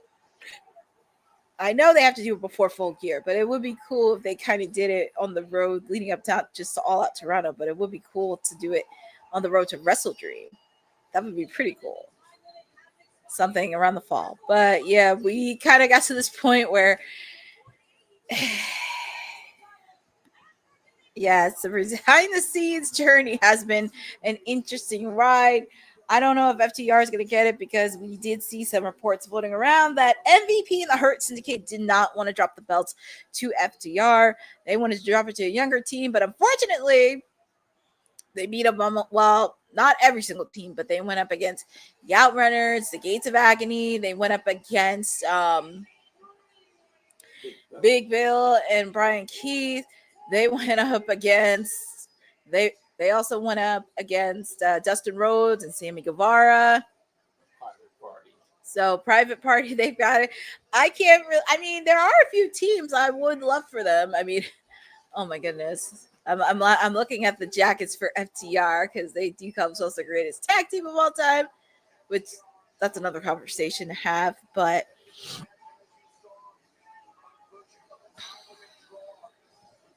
and I saw reports that Tony Khan wants the belt to change hands because he wants Toronto have the main event be FTR defending the tag team titles. But I have a question for all of you, and put this in the chat. Are the titles needed if FTR versus Eddie Christian is going to happen in Toronto All Out? Because the reason I say that is they really don't need the belts. They can actually put up a big draw. And with the fact, too, you're in Toronto. You already know who lives in Toronto.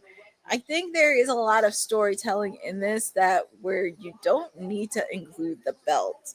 And you just let the Hurt Syndicate. Because I wouldn't mind seeing the Hurt Syndicate go round 2 with the Gates of Agony, since they have Ricochet in the corner. They haven't faced off against Action Andretti and Leo Rush yet. I could see them taking on Top Flights and say align themselves with Christopher Daniels and Scorpio Sky. That's another thing. So there are a few tag teams. But here comes Brodino, which this is actually a fun tag team that I love. They have just been so fun and energetic. And also nice to see Bandino be the Ring of Honor World Champion. Obviously, he's going to have to defend it at Death Before Dishonor. I would say no, but considering WrestlePalooza is the same day in India and ESPN, the answer, I know that's the thing, because unfortunately, All Out Toronto would be the same day as WrestlePalooza. But they're going to have to pull out all stops, because I get it, but we shall see. But here come your reigning and defending AEW World Tag Team Champions, the Hurt Syndicate. I'm sure they're going to have MVP in their corner. He's possibly going to be doing some commentary. I don't see MVP. That's interesting. That's interesting. I don't see MVP in the corner. I really thought MVP would be in the corner, but I guess he knows. I guess he knows his boys can do them on their own. But you listen to the crowd; they're chanting, "We hurt people in London," because I think people knew they were going to get over. I don't think they expected to be over. And also, feel free to put in the chat on who you guys got in this match. I know when I did my bold predictions on Friday, I had the Hurt Syndicate retaining. I do think they're gonna probably hold it on the remaining of 2025. Hurt Syndicate. I thought MVP would be out there. I know, that's what I'm saying. I thought at least he would be out there to keep an eye on that Weasel Stokely. Yeah, jumped. So I don't know. We shall see. But here we go.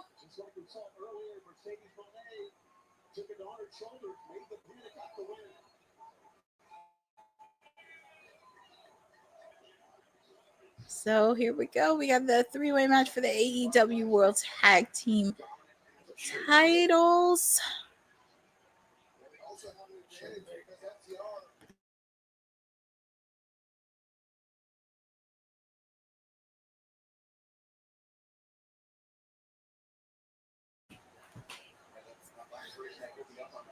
So we have a three-way match between FTR, Brodino, and the Hurt Syndicate. But was that a coincidence? Both teams went after both members because when you are the rated tag team champions, you have a bigger target on your back. And we'll see how the Hurt Syndicate does against a 100% healthy FTR.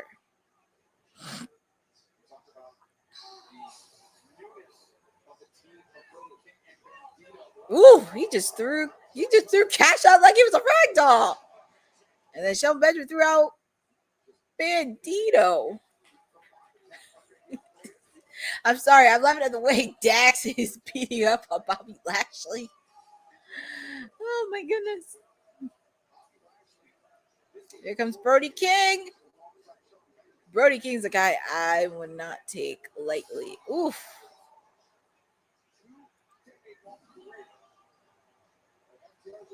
FTR double teaming Bobby Lashley. I think that's what you kind of need to do is double team them. But Bandino, he's getting the crowd going. And he has a big week too. He has this match and also Philadelphia for Death Before Dishonor. And nice hurricanrana he made out to Shelton Benjamin. So it's Dax and Bandino.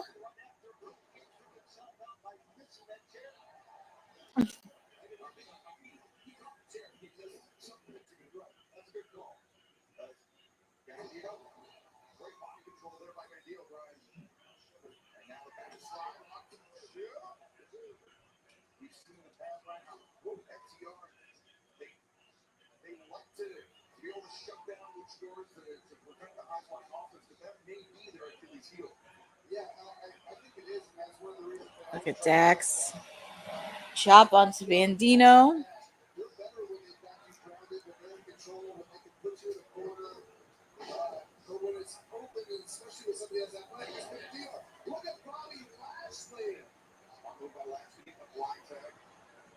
Yeah, that's what they tend to struggle.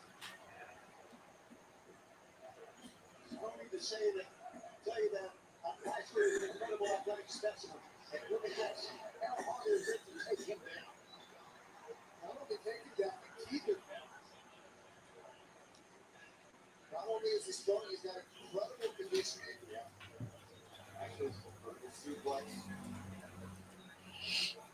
Just look at the power from Bobby Lashley. On to Dax. Look at Bandito. He's there right at Bandito. I'm like, I don't think Bandito's afraid of anybody. He doesn't care who he has to go against. Bandito's probably seen much more worse.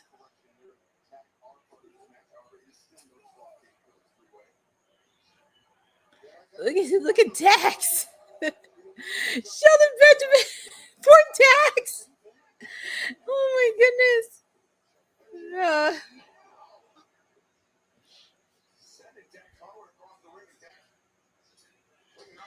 Zach is made to Bandito. I would be more intimidated by Bandito than I would of Dax.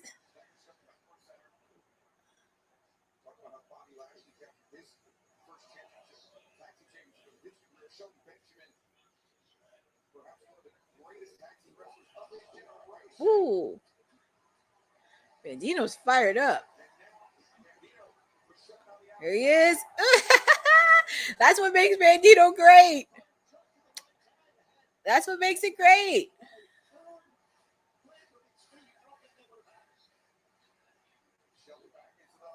Oof, that was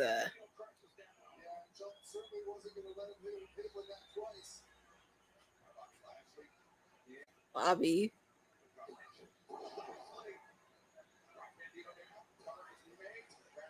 Kick out, Cash breaking it.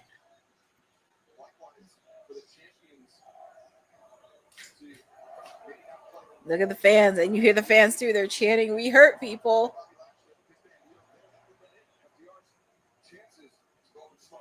Yeah, I think one of the keys for FTR here is going to be to prolong this match as long as possible.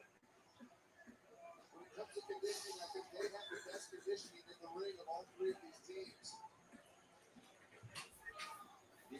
Certainly being tested here, bounced off the barricade multiple times, and the apron as well, finds some benefit. This is the point when you're FTR, you want to get close to your partner so you can do a high attack yourself and get involved with this. Kick out made by Bandito.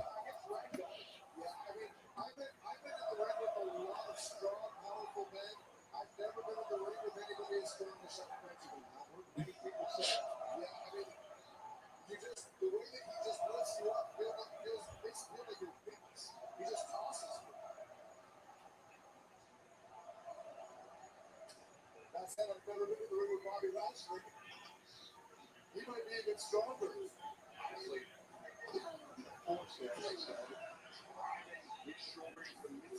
Bobby Lashley's driving Bandito.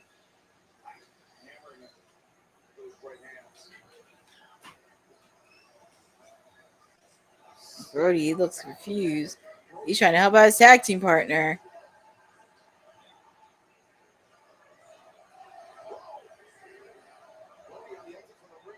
And Bobby Lashley took out Brody King. I think that's what you need to do. His own tag team partner.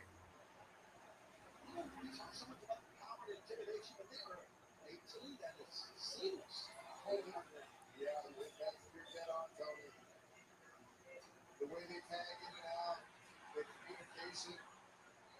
Brody King very frustrated watching this match from the outside. You have to imagine as our FTR trying to look for an opportunity to tag themselves back in. Try to play maybe not. Yeah. Look at FTR. FTR doesn't even want to be tagged. They just want to go. I'm like,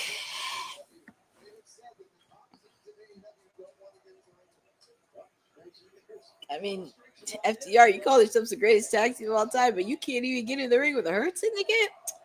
Yeah. Tag is made to Bobby Lashley. That happens in the ring. And like I said, I think one of their things is to try to take this as long as possible. They have deep trust in their conditioning. Nearly 19,000 fans here in London, a record-setting crowd at the O2, saying we want Brody to hurt Syndicate. The fans are chanting, "We want Brody."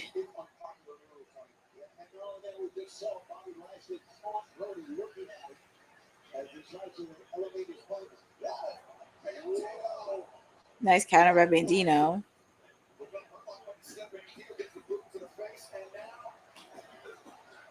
Try to make the tag his tag team partner. Come on, Bandito. And couldn't make it in time. Shelton Benjamin came in.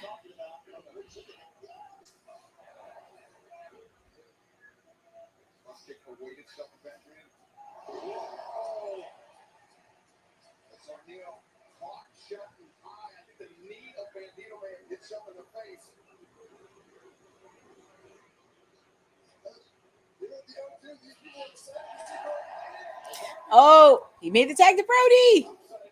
Here comes Brody King.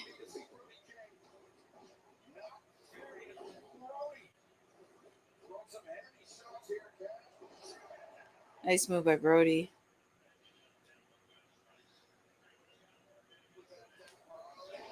Oof. Kick out made by Dax. It's hard to believe we have 4 matches left after this. Only 4.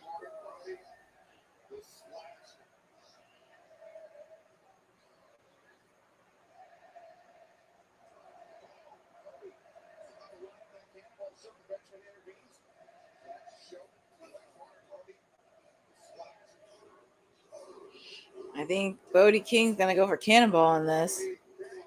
Cannonball for FTR. 1 for you.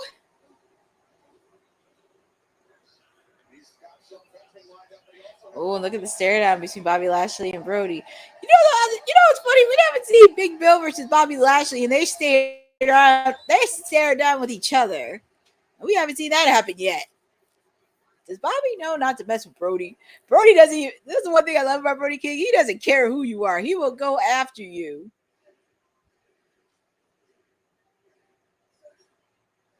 I feel like the only guys that can take on Bobby Lashley, not just Brody, but Big Bill and Powerhouse Hobbs.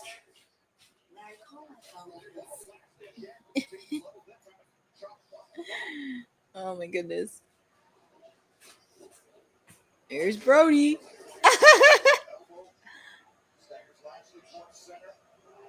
Oh my goodness. That's the power of Bobby Lashley. Oh, but look at Brody. Brody's back up. Clothesline made. Very rarely one of the few guys that can take out Bobby Lashley. But I said him, Big Bill, and Powerhouse. That's one of the first few times I've ever seen somebody manhandle Bobby Lashley. Woo, that was crazy. Here comes Bandito. Nice move by Bandito.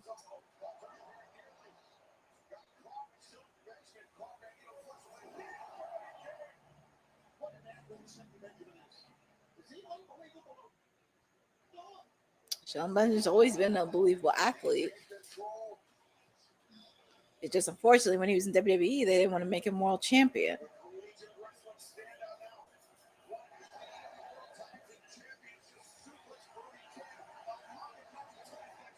Mm-hmm.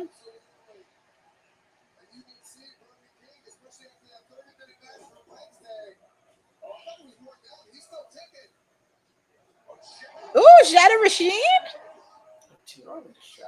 That was like a Shatter Machine. But it looks like Cash is taking out Brody King. But it looked like it was a Shatter Machine by Cash and Brody. That's a good question, Brian Danielson. Who is legal? Cash is like this guy. That's one of the only few times you ever see Bobby Lashley get handled. And I can't. Ooh. They took out both Cash. But here comes Brody. Here comes Brody. Is there anything that man can't do? That's why a lot of people love Brody King. Because of stuff like this. And here comes Bandito. Oh, and Dax, he...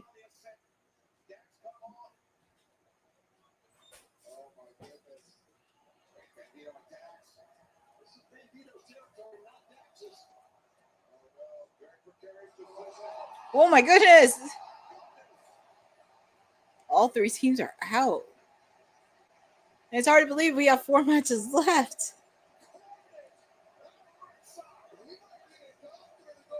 Wow. And look at that Weasel Stokely's face. He doesn't even know what to believe.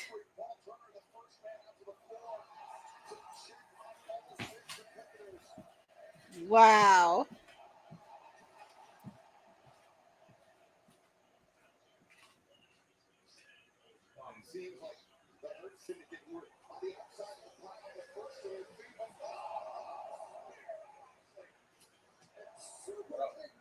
Oof.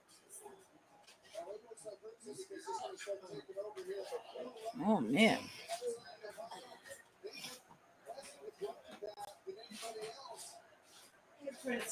Well, it looks like Hurts and Dick is trying to dial in. They're trying to end this match.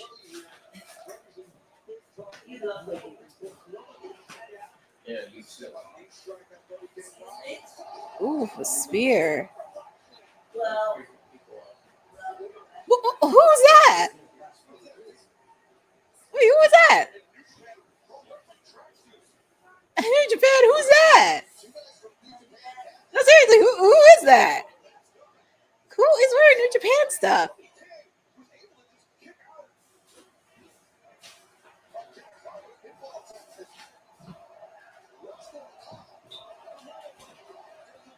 And look at Stokely, he has a chair. I want to know who is in those tracksuits for New Japan. Ooh, a kick made by Dax. Who is it? The driver's Pharaoh, he's scared. Who is it? Who is in those tracksuits? Who is in those tracksuits? Wait a minute. Is that? Is that? See? Oh, Dax did that. Oh my God. The Gates of Agony and Ricochet took out the Hurt Syndicate. Wow. And look at Stokely's face. What are they doing with the Hurt Syndicate? I guess it looks like they're trying to put him in a storyline. And I think that's a way to kind of segue. Oh my God. Yeah. Oh no, I got it.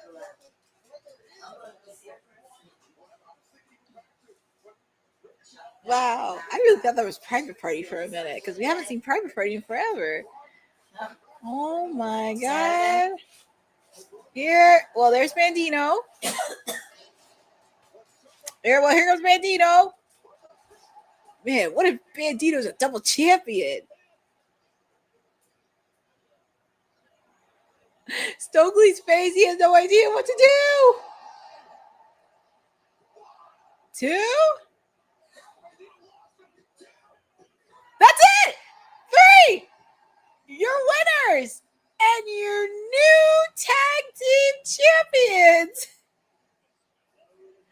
Brodito! Wow! I really thought Edge and Christian were going to interfere, but MJ... Yeah, Maria, that's a possibility. MJF could have paid them because if you saw this past week, he has an alliance with Ricochet and the Gates of Agony. They're the new tag team champions. I can't believe it. And look at Stokely. Look at that weasel's face. His face looks like he's seen a ghost, but that's why I picked the Hurt Syndicate. Well, congratulations to Brody King and Bandito. And with the fact, too, Bandito's a double champion. So he's going to go into Ring of Honor as a double champion. Wow. I can't believe it. I'm very curious on how this is going to go. The Gates of Agony with the Hurt Syndicate. I'm very curious on where this is going to go next. I know most of this came literally out of nowhere. This could be like a moment for 2025. Like, what?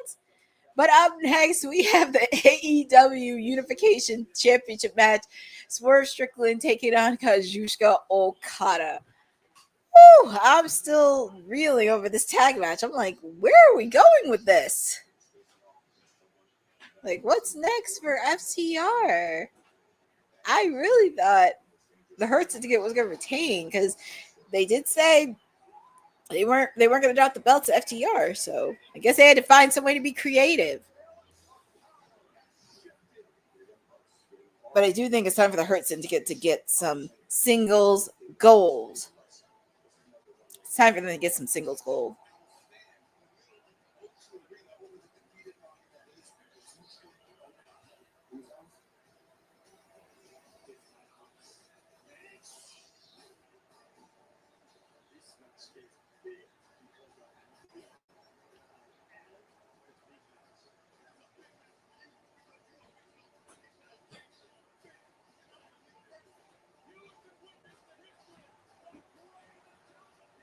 This is going to be a good match between Okada and Swerve. Off the plane and on the ground at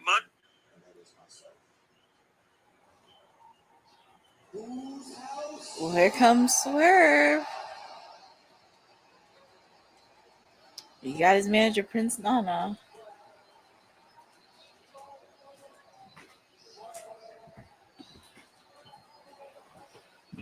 And Nana has his coffee.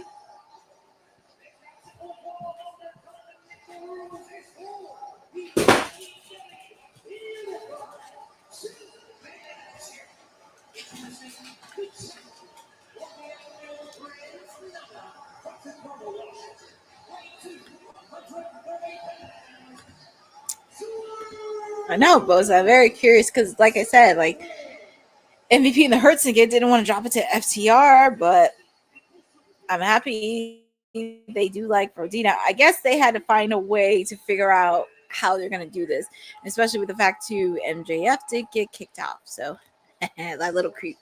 Yeah, that could be.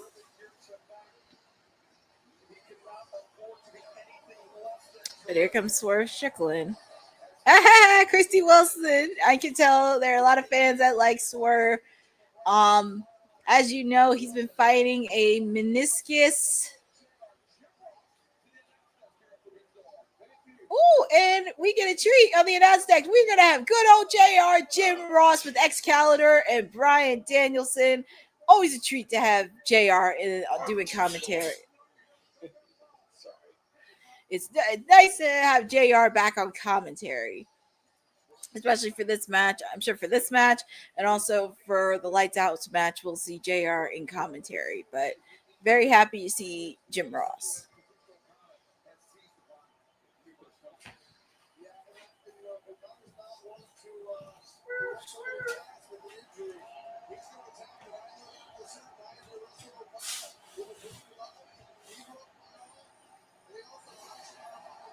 Well, here we go. We have this, and like I said, Swerve has been dealing with a torn meniscus, and same thing with Will Ospreay and everybody else with the everybody else been suffering injuries with the exception of Darby Allin's Lights Out match. So if that's the case, if Swerve and Ospreay have to take time off, this is where it's going to be an opportunity where they build some stars, single stars that can lead the charge. So we shall see. And oh yeah, we have that creeped out Callis carrying 2 of the 3 belts that Okada has. So and in fact too, since he's been with AEW, Okada has not lost. He is not lost and not everything else. So let me hear the ring announcer from New Japan make the announcement of Okada.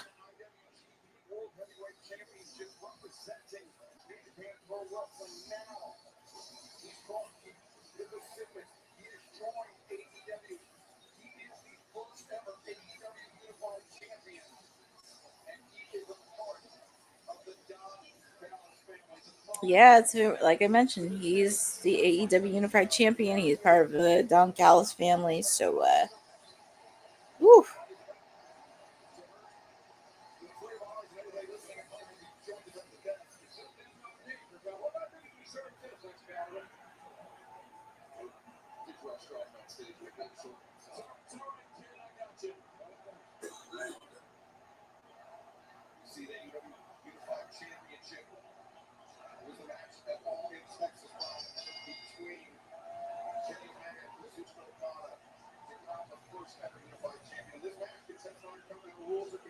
Okay, so here we go. Sorry, I had to look at some what's happening in the social world happening right now because I know I'm still reeling over the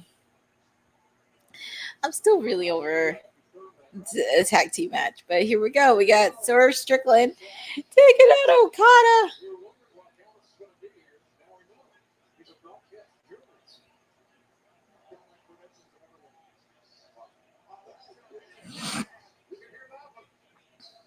And also feel free in the chat on who you guys got. You guys got Swerve or Okada?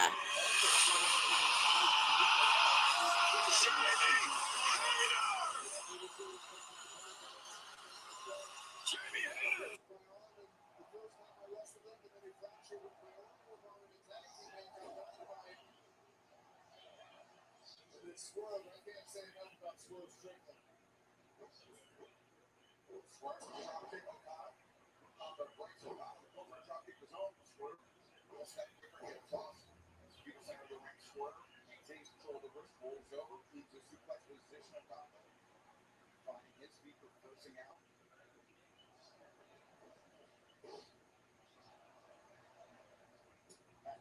Drop kick delivered by Swerve Strickland as 18,992 fans here in the O2 in London with record-setting crowd offer their opinion for the chaos.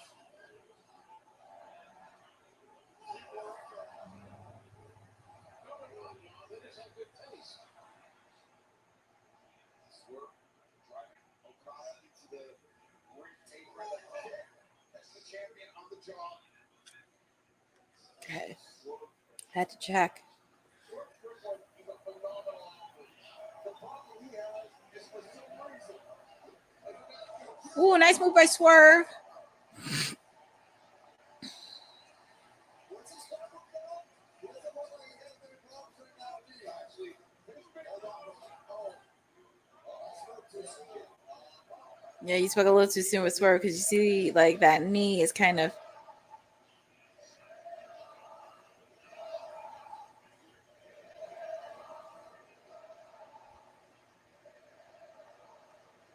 Looks like he shook off his knee a little bit. It seems to be doing better now. Yeah, because I know he says he's been battling a torn meniscus, so that is gonna. Oof. Because, like I said, if Swerve and Will Ospreay and a few other people have to take time off, let them take time off and make new stars. Because you got plenty of people that can take the reins. But I'm sorry, I just still can't get over this tag team match. Oh my god!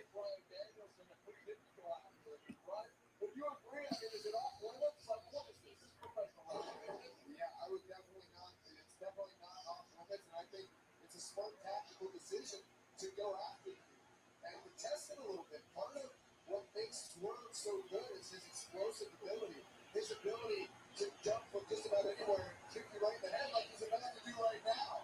Swerve to the middle, between his shoulder blades. Swerve is a lot better out here with Look at Swerve; he's just doing his thing.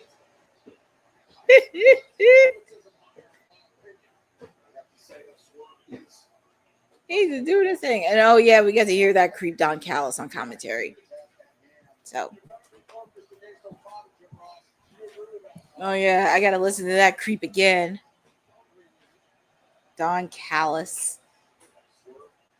I'm pretty sure Nana's at ringside somewhere.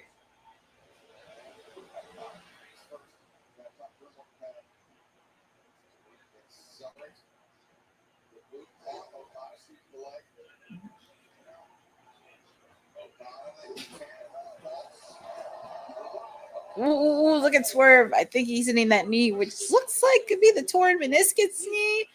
I don't want to make assumptions, but it looks like it. But yeah, after this, we got 3 matches left. We have the AEW Women's Championship match. We have the AEW World Heavyweight title. And we also have the Lights Out match. And it's only 3 o'clock. So...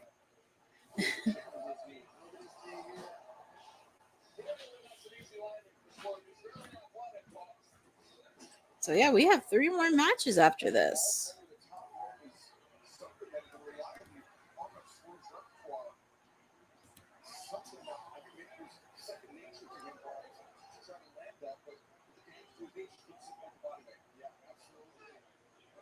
You see him moving slowly right now, even though he's jumping back around. Look at that strike. He's a great striker. His strike is not as well as it normally does. But to show you how important your legs are, what a strike. Yeah, absolutely. Even when you're punching, all your power is coming from your feet, with your hips, with your legs. That's what makes Swerve so special is he can use his hands and go for more of a broad style, as we're seeing here. That's how he earned that reputation as the most dangerous man in AEW. Don't run. What is he going to do here?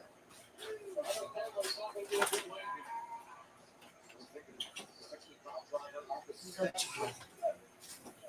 Is it over? No.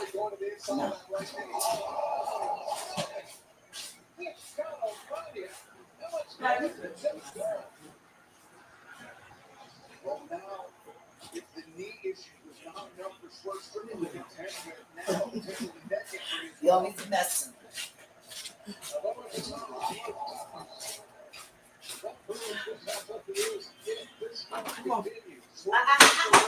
Oh, shoot. Yeah.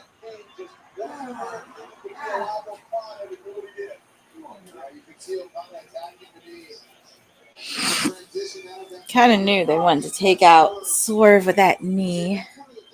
I'm surprised Nana's not at ringside. I thought at least he would be at ringside, but it's like I gotta see her this creeped on callous. But yeah, after this, we have 3 matches left.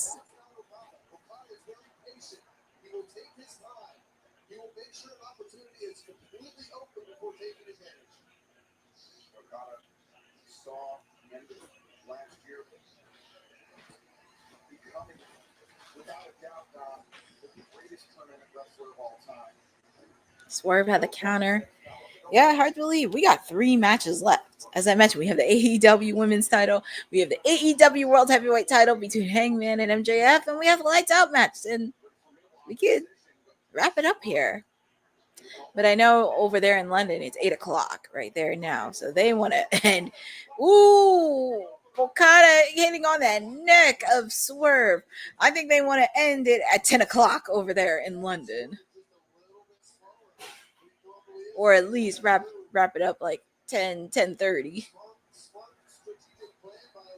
Because after they come from London, they start the residency in Philadelphia this week. So they'll be here for 3 weeks, which I'm very excited. They get to come to the city of brotherly love.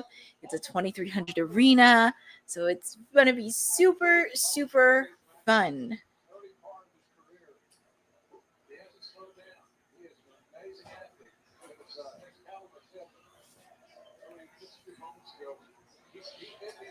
These guys are pulling punches back and forth.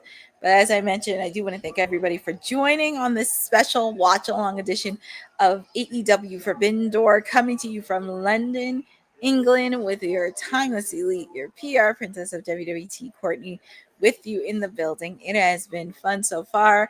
As I mentioned, we do have 3 matches left. So, ooh, nice counter by Swerve. Ooh, nice move. I know, as much as I would love Swerve to win, I got to give the win to Okada. Because if Okada and if Swerve and Will Ospreay have to take the rest and get them ready for next year in Wembley Stadium. Because there are so many storylines that could really go along with the men's division for Wembley next year.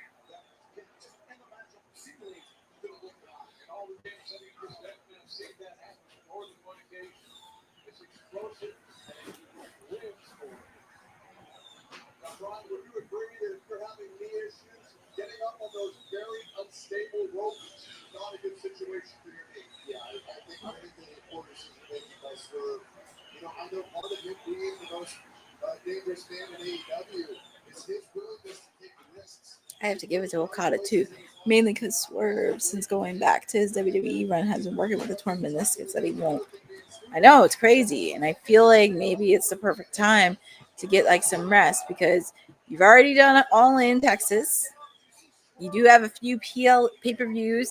It's nothing too crazy, and your biggest one is next year in the summer.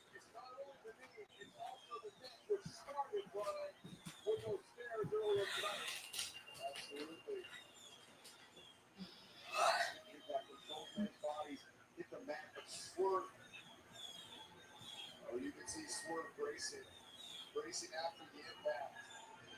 Okada smartly stepping out of bounds here. He was embracing. Ooh, he stepped on it. That had to hurt. Oh, Okada. Then he has that smirk on his face.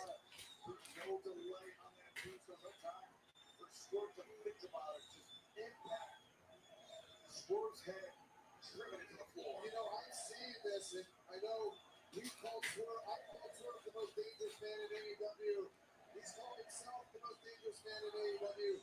But I kind of wonder if Okada isn't actually one of the most dangerous men in AEW. He's hurt me. He's hurt Kenny. And now it looks like he's hurting Swerve. I mean, Bryan Danielson knows he's faced off against Okada many, many times since Danielson has been in AEW. He's faced him many times.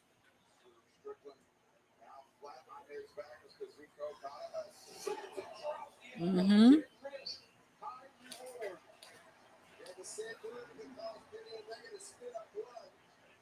Yep. Oh, look at that. He gives his signature. Oh.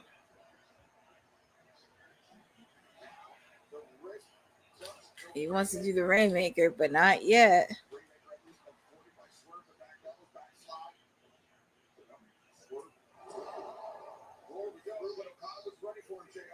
Sure was. It was good strategy, but it was a good run for Swerve's trick. Okada's got great grip strength, JR, and allows him to maintain wrist control. And that wrist control is so important. Oh, there was the beginning of the Ooh, nice counter by Swerve. Well, if one knee doesn't work, he done the other good knee. Swerve's ability to fight through pain, I would say, is second to none.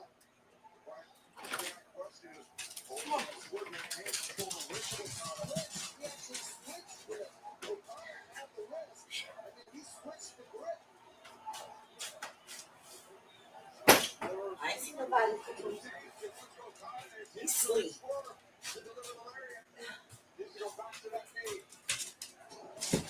I think Swerve has to be careful stepping around like that with all of these different pivots. Once liable to catch up with it.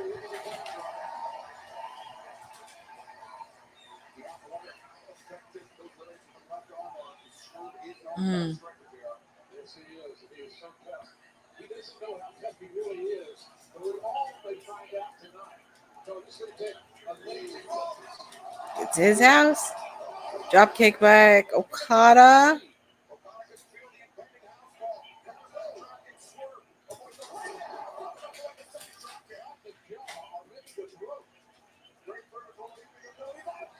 He's trying to do the Rainmaker. He tried to do it 3 times on Swerve, and Swerve countered.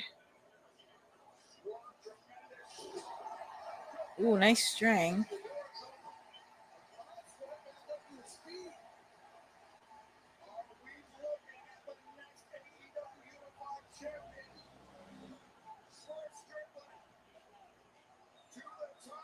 I would love for him to be champion. Ooh, Swerve up, but oh, his knee. The one that has, I believe, the torn meniscus. That has to hurt. Kick out made by Okada. Absolutely, absolutely. I was thinking at the moment he commanded. Okada, look out, smart. Rolling out to the apron. Yes, he was. One of the highest IQ wrestlers I've ever been in the ring with. There is no out of bounds with Swerve Strickland is the problem. And now at the very least, outside you can't get pinned or submitted. Right point. Interrupting the ascent of Swerve Strickland. Ooh, that's a knee that's hurt. Ugh, nice of Okada to do that, because that's usually the best way to do it.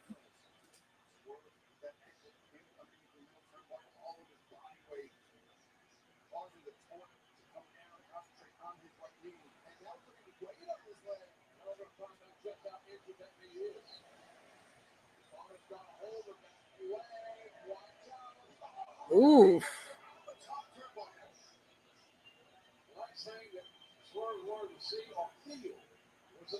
Ooh. I will say Okada can be very dangerous and can target at whatever injury that you have.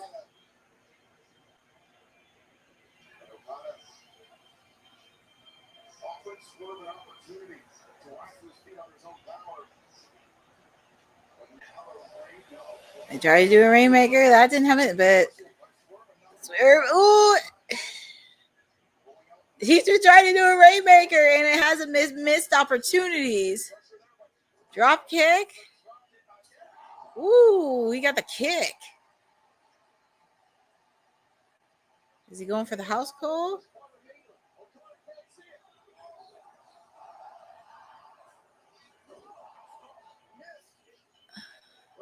Is he going to hit the Rainmaker? He hit Rainmaker. Yeah, that's it. Your winner.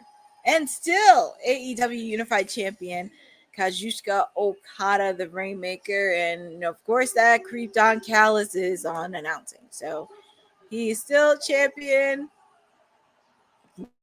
Congratulations. It was a good match. It was a good match between them. And I know Swerve had to handle it because of his knee, had to give in. But, oh, my goodness. And Okada looks like he's not done yet. He wants to take him out. And where's Prince Nana at? But it does lead into a segue because once Swerve takes some time off, when he comes back, he could take revenge on Okada too. So that's a story that can keep on going. And he's hitting him with that steel chair with this sinister laugh.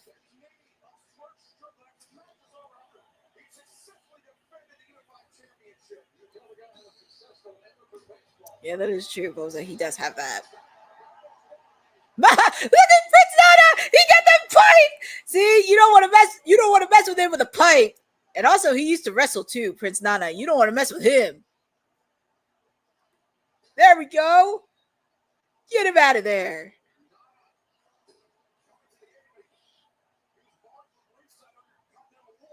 Oh, so okay, Continental Rules. He was banned. He was barred from ringside. So okay. You know what I would love to see Nana do? I would love to see him hit Don Callis in the head with that pipe.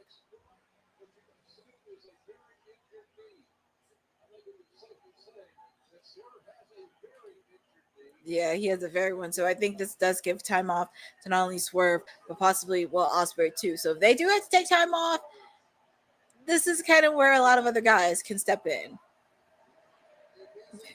My dream match is our favorite Prince against that little creep. Oh, did not know. Unify. Yeah, I didn't even realize it either. That's why Prince Nana was banned from ringside. And uh-oh.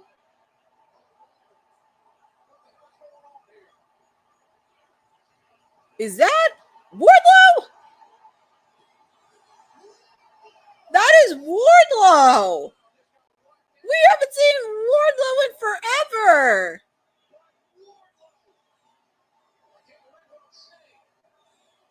Uh-oh.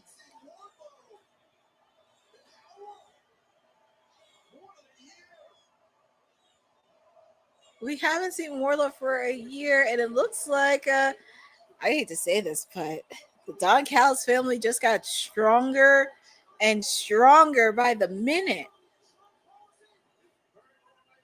You have Okada, and then you're going to have Wardlow. And Wardlow's beating up on Swerve's manager. We haven't seen Wardlow for over a year.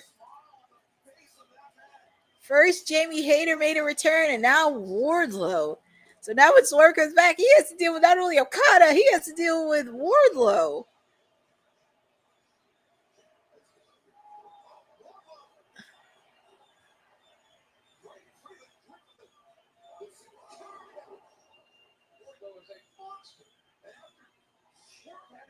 I do think, well, maybe there's a way for Don Callis. Well, I hate to say this, but the Don Callis family got stronger and dangerous by the minute. But I'm very curious on what's going to happen with Wardlow and MJF. That's going to be very interesting because we saw what happened with the way MJF treated Wardlow.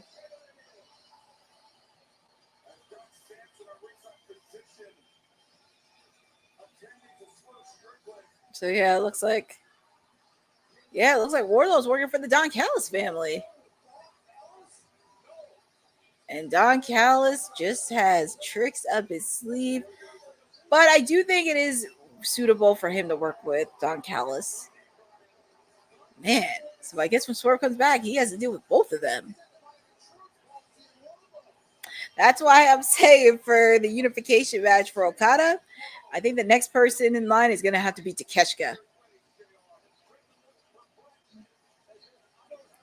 Because look, you see every member of the Don Callis family out there except Takeshita.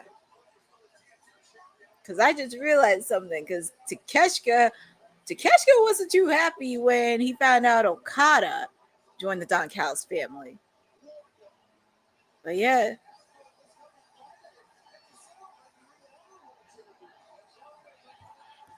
Yeah, exactly. I think Don Callis is... Oh, and here comes Takeshita.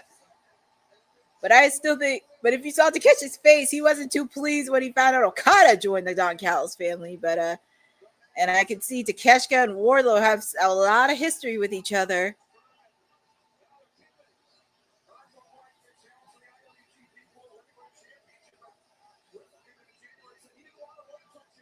Yeah, these two have a lot of history with one another. So it's going to be interesting. The Don Callis family goes stronger and stronger by the minute. Wow, we've seen a lot of returns. Jamie Hayter and now Wardlow. But up next, the AEW Women's Championship match. Yeah, because after this, we have two matches. We have two matches after this. You have the AEW Women's title. My client, Toni Storm, taking on the Fallen Goddess, the Forever Ring of Honor Women's Champion, Athena. I know exactly. I don't by the little people as somebody who know all the matches. Exactly. Like, don't be shocked if you see it happen in All Out Toronto, Wrestle Dream, Full Gear. Like, don't be shocked if it is the rest of the year. Don't even be shocked if, say, you have people in the Continental Classic. And after this match, we have two more matches left. Yeah, they want to end this at 10 o'clock in London, which I don't blame them. Yeah, she is. My client, Toni Storm.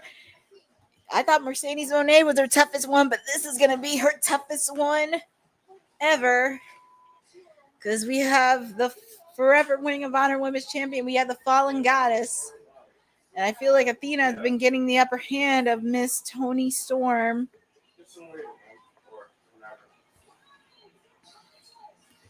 I'm already expecting a little bit. Yeah, I mean, could you imagine the Continental Classic? Oh, my God. So... But I think it is helping Athena get in on the roster. I think it's nice that they're transitioning her. Because like I said, we've had a few ladies that were out with injury. When Swerve comes back from injury, he should listen to Keith Lee. Well, we don't know where Keith Lee has been, but if he's still under contract with AEW, we shall see. We shall see. Like I said, my lady, the woman that got me into AEW, I thought you thought Mercedes Moné was her toughest challenge. This is going to be. Is Athena overlooking the interim? It is true. Athena has a big match on Friday when AEW comes to Philadelphia. She will be facing off against Mina Shirakawa for the Ring of Honor Women's Championship match. Athena Elite Wrestling. That is so cute. I love that name. And she is a Fallen Goddess. We do see her little minion, Billy Starks, at ringside. This is really going to be a cool match. It's going to be a really fun match. There's the Fallen Goddess, the Ring of Honor Women's Championship. But I do want to say thank you guys for joining. I'm not sure if I'm going to do a post show because I do have to hop off really quickly and handle some things afterwards. But we do have two more matches, so hopefully we can wrap this up. But like I said, I don't think I'll be able to do a post show. I'll probably give my thoughts on Monday, tomorrow, during WWT. But whoo, here we go. And a little fact too, Athena is not far from getting the 10,000. Her 1,000 Days of Champion. And here is the reigning, defending women's champion, Toni Storm.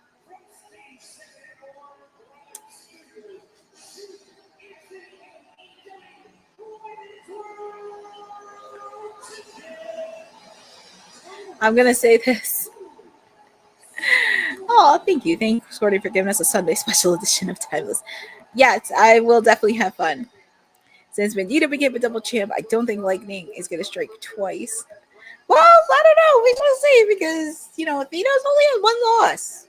And that was against Mercedes Monet. I'm going to say this. And I'm pretty sure people realize this. Toni Storm is the Marilyn Monroe of professional wrestling. Because I didn't realize it. If you look at the hair and everything else, I was like, she does resemble Marilyn Monroe. And I'm okay with that. Oh, and I love the outfit that she has. Marie, it's like Marie Antoinette. I love that. But look at Athena. She's cashing that in. She is cashing that in. Tony's like, I just love the outfit. It reminds me of Marie Antoinette. But here we go. We have the AEW Women's Championship match. Yep, that's why I'm surprised she doesn't go by Toni. Athena. Exactly. She's almost a few days. Athena's only a few days away from hitting that 1,000 mark.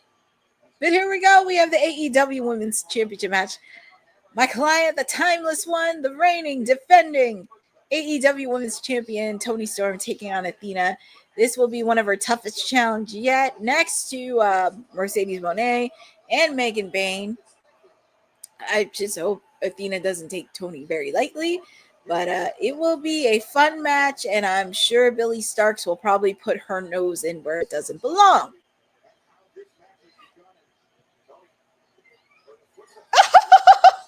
Oh, she gave a pile driver. Ooh, she gave a pile driver.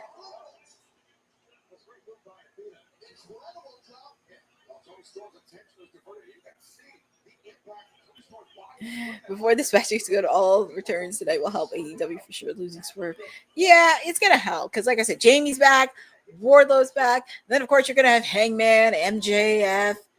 Then you're going to have this segue with the Gates of Agony and Ricochet getting more TV time, especially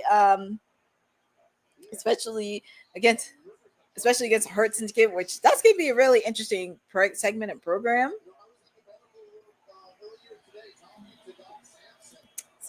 Since Marilyn never won any gold, I will call Meryl Streep of wrestling. That's cute. But here we go. But I can tell Toni is still reeling from what happened this past Wednesday on Dynamite, from taking a nasty pile driver onto the steel steps by Athena. I can tell you she's not going to be at 100%, but she's going to have to put a lot of tenacity, energy, heart, and soul into this match, because this is her toughest test yet. Yep, Brian Danielson mentioned that the pile driver that happened on Dynamite this past week. Okay.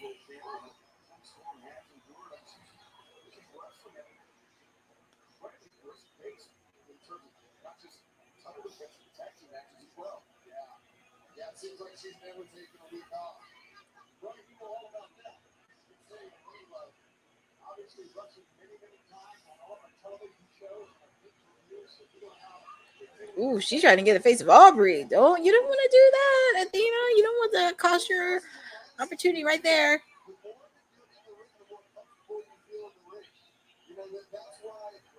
That's why I think Toni Storm does it.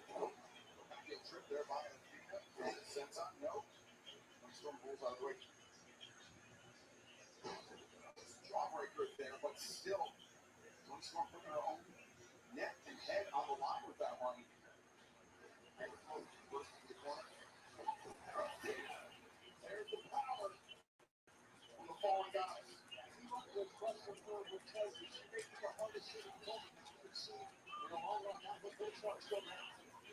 What's Athena? Ooh, she hit her head on the ring post. Oof.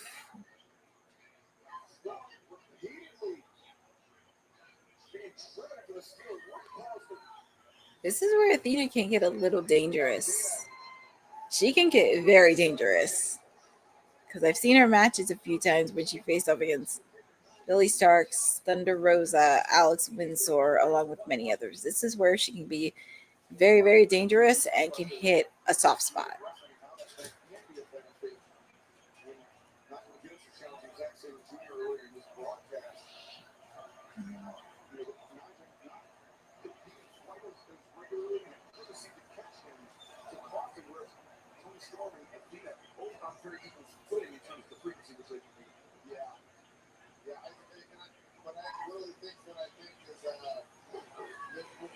Champion, everybody's done it for you. Every single week, every tag match, every singles match, Tony Storm has done how many eliminator matches, and all of those women are gunning for. They want to beat Tony Storm because they want a shot at the AEW Women's World Championship. You know, one of the things that Nina has mentioned is that she's insulted by Tony Storm. And if you saw, too, because I'm listening to Bryan Danielson doing some commentating, also that too, Athena's been getting the upper hand of Tony the last couple weeks since she got the contract too. So she's gotten the upper hand.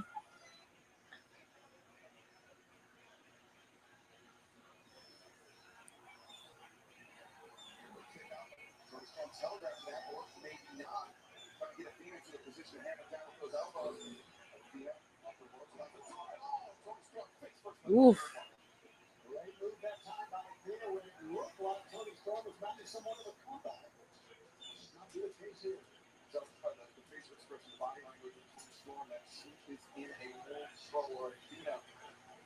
Athena, is she trying? I think she's trying to mimic Tony Storm as timeless. Yeah, she's mimicking her timeless gimmick. She's been doing it very well. But the most dangerous that you can do with Tony Storm is if she has her back against the wall. That's the most dangerous you could see her. Athena is wrestling this match like she doesn't respect Tony Storm, and I think that's a mistake. I think one of the things that Tony Storm does so well is that she's got this peculiar side for sure, but I think it disarms her opponents and not taking her as seriously as they should. Athena said going into this match, she thought Tony Storm was so overrated, which obviously is not the case. I mean, you can't believe it. He's written by Athena as somebody turn around. Neck breaker. A suplex. Delivered by Athena. Yeah, she is just full. Athena's, I mean, I hate to say it, Athena's been dominating this match all throughout the night. Billy Starks is still on the floor after taking that pile driver. Poor girl.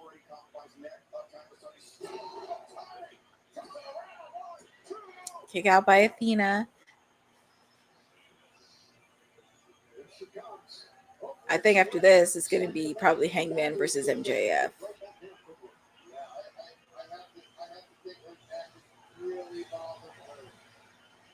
Yeah, Tony's still feeling on that neck after what happened to her on Dynamite this past week during the tag team match. Athena and Mercedes taking on two of my clients, Windstorm, Alex Windsor, and Timeless Tony Storm. She was going for Storm Zero. Oh, Tony's still feeling on her neck.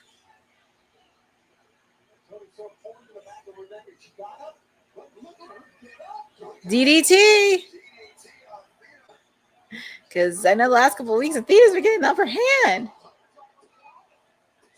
That was a tacker driver. Well, here comes Billy Starks. Billy Starks got up.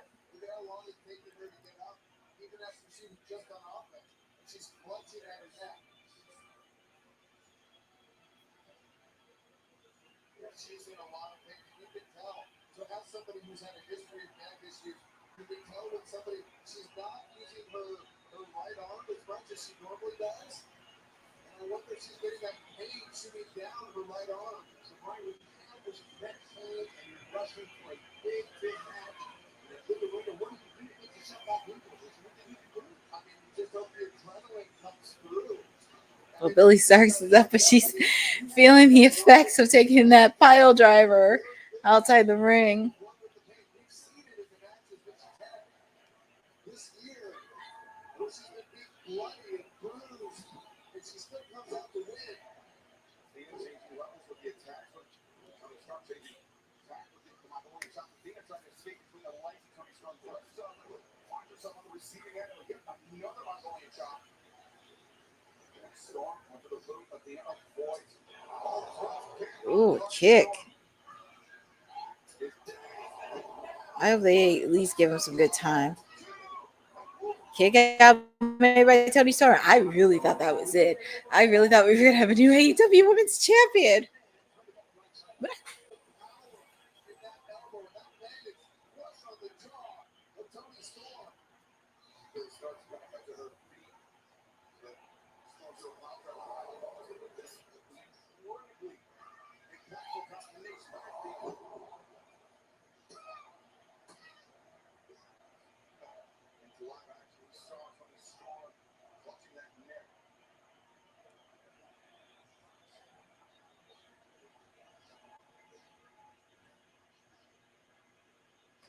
See Athena playing around now. She knows how serious this match is. Storm. I think these ladies. Oh my God, Billy Starks! Oh my goodness, she really.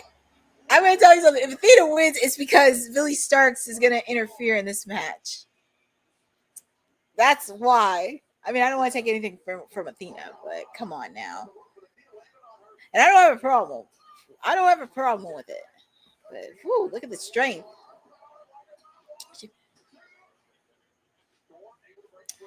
But I know she would love to have either. I know Tony would have had.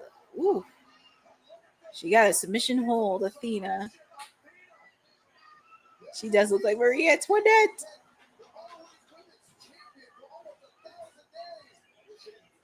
Yeah, she's almost ready to hit that mark. She will hit the milestone of 1,000 days soon.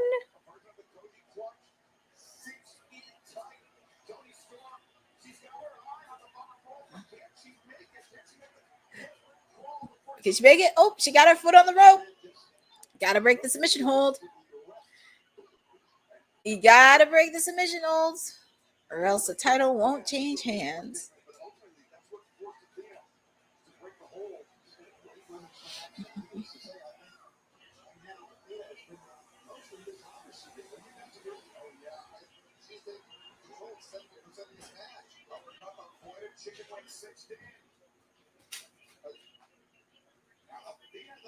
Oof.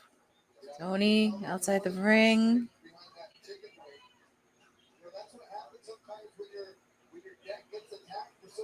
Pretty much it's like two. It's 2-on-1 here for Tony. Ooh, out sleep star got to the ring. Technically, it's pretty much 2-on-1 because you have Billy Starks outside the ring, and then you have Athena. And oh my God, she's gonna do the same thing she did on Wednesday. It's pretty much she wants to end Tony Storm. Oh, she's biting her knee. That's a smart tactic. Ooh. Face first onto the steel. Ooh, threw her outside the ring. See, this is what happens. This is when she gets dangerous. It's when she has her back against the wall. And when you start to underestimate her. Landed on her feet. There's a reason why Athena is the forever women's champion. Is that a Storm Zero? And is that it? Quick. She's going to have to do. I'm going to tell you something. With Tony, she's going to need to do more than one Storm Zero. Because I think she gave Mercedes 4. No, she gave a Storm Zero off the top rope. That's how she won it all in Texas. So she kind of has to be a little bit creative outside the box. A bit. With the Storm Zero.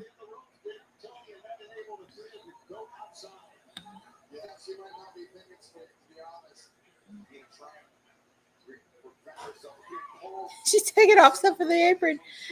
Yeah, Tony Tony needs to watch out for Athena.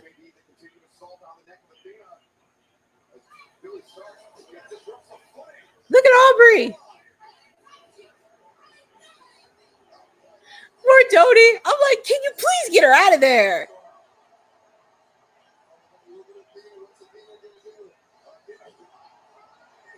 That's what's gonna do if she wins.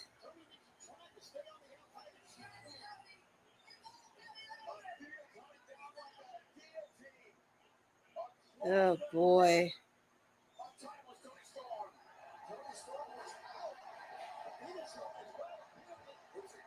Hey, look, there's Mina. Because look at this. Mina is facing. Oh, she's chasing her out there. Yeah, get her out of here. Mina, and also she has a big match too at Ring of Honor, Death Before Dishonor. She will be facing off against Athena for the Ring of Honor Women's title. So at least those ladies ran out of there. Let the other two have their fun. Two. Ooh, that was a nasty uppercut by Athena.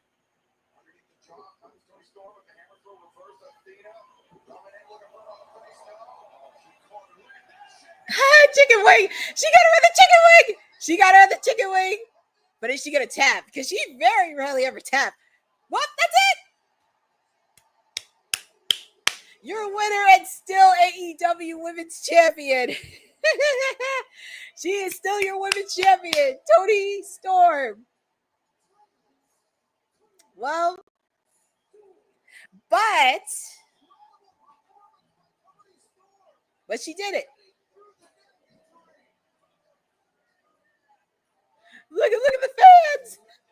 She's interacting with the fans. And you know what? I noticed she actually did it without Luther being at ringside. Athena feels confident with Billy. Yep, I just realized something. Because, of course, Luther has been injured for the last couple months. But she was able to do it. And she did it. And she's still timeless. But there's a lot more story to be played between Athena and Mercedes. And Toni Storm, along with Alex Windsor.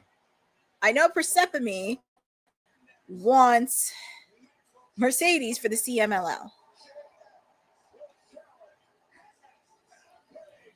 Yes. So we have the AEW. So yeah, obviously the main event is going to be the Lights Out Steel Cage. But we have the AEW World Heavyweight Championship. Hangman Adam Page.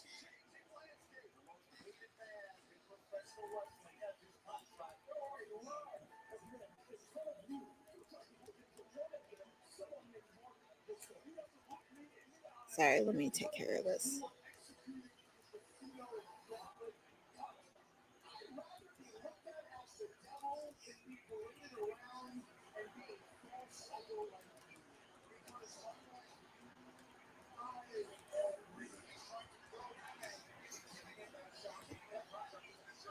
So it's going to be interesting because I feel like Athena and Mercedes are still going to have an alliance. They're still going to have an alliance, but they're going to go up against Alex Windsor and Toni Storm. And also with the fact, too, like I said, Mina has a match with Athena for the Ring of Honor Women's title. So right now, and after this, we have one more match. I can't believe it. We have one more match. Yeah, I think they want to wrap this up because over there, it's like they want to wrap up at least by 10 o'clock or 10:30 by London time. But right now, we have the AEW World Heavyweight title match. Hangman Adam Page taking on MJF. We already know MJF has an alliance with Ricochet and the Gates of Agony. We now know that the title can be won by either disqualification or count out. And MJF still has his contract. But also with the fact, too, do not be shocked if the Gates of Agony and Ricochet try to come into this match. And we probably may see the Hurt Syndicate after what happened earlier in the tag team match. And with the fact, too, we may see possibly Mark Briscoe and Mystico come in this match because they both have issues with MJF. I'm also curious what they're going to do with Wardlow, too, because Wardlow actually has issues with MJF that have not been unfixed. So that's another layer to this as well. But here comes MJF. I'm looking at his suit. MJF did nothing. That's what his robe says. MJF did nothing, but also fact too, he's also the CMLL World Heavyweight Champion because he will be facing off against Mystico in a mask versus hair match honoring the 92nd anniversary event held at CMLL. So like I said, don't be shocked if you see Mark Briscoe or Mystico or even Ricochet and the Gates of Agony. But here comes the reigning AEW World Heavyweight Champion Hangman Adam Page. Feel free who you guys got in the chat. I know when we picked on Friday, I picked Hangman to retain because I kind of hope they do a lot more better on this reign than they did the first time he won it. So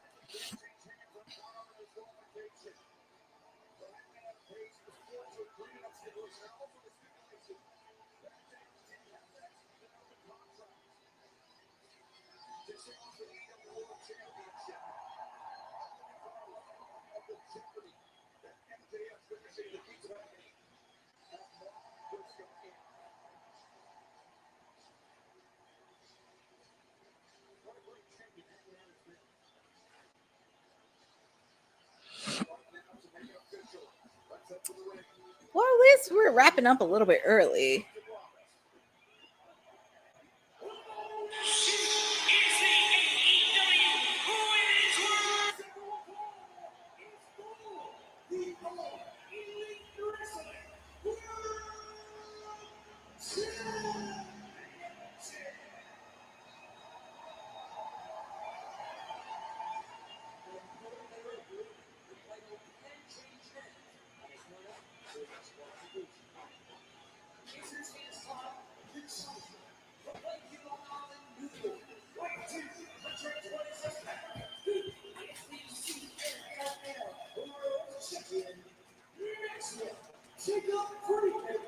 Yep, he's the reigning CMLL World Champion. And I will say he has got a good reception from London.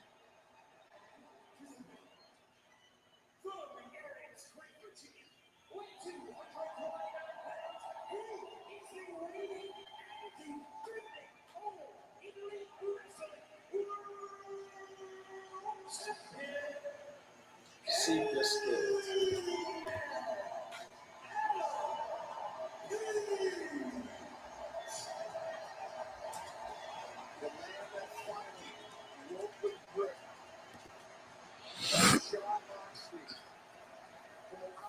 So this is going to be a good match.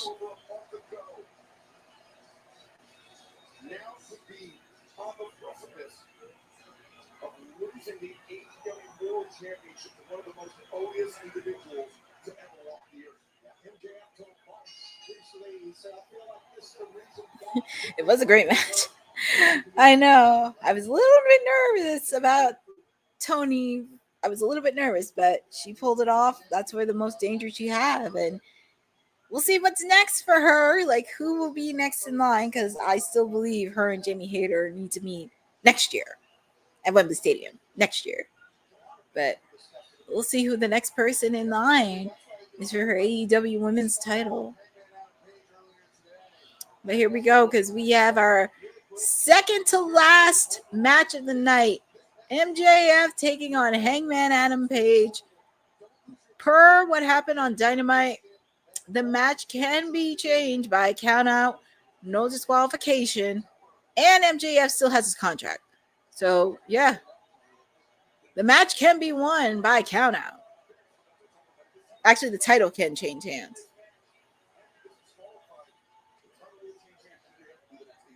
So pretty much if it ends at no TQ and count out, MJF can walk away as AEW World Champion.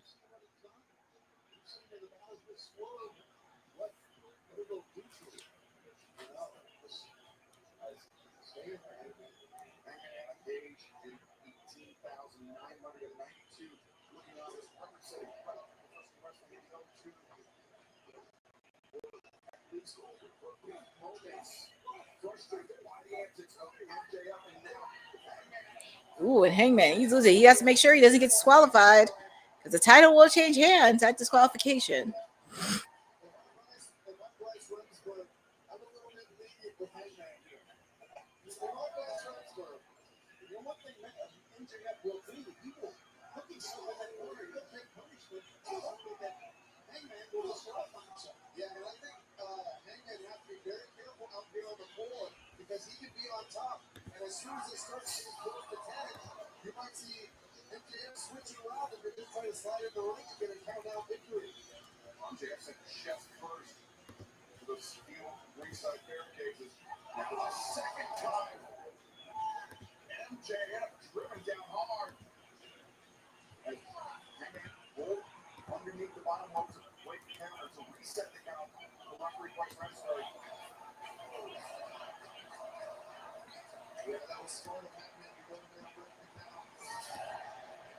You have to be very diligent about watching the count during this entire match. Brian, you know how powerful that buckshot there can be. You know firsthand how powerful that can be. If MJF suffers any damage to his upper chest, and those tossed into the barricade. Regular main event. I think this will be done. Yeah, I think 5:30 would be good. It was a weird. I know it was very weird. I think Boza, just to go to your point, I think he wants to learn the lesson on how he did it when Christian had the contract and he cashed it at Revolution, and that was a bit of a dud. So I think that's one of the lessons he has to learn.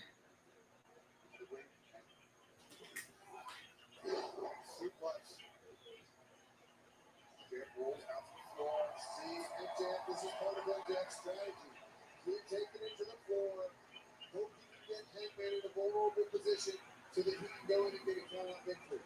Or anger him enough so that Hangman gets disqualified. Hangman winning outside, which is surprising. If he doesn't want to take the count-out victory, and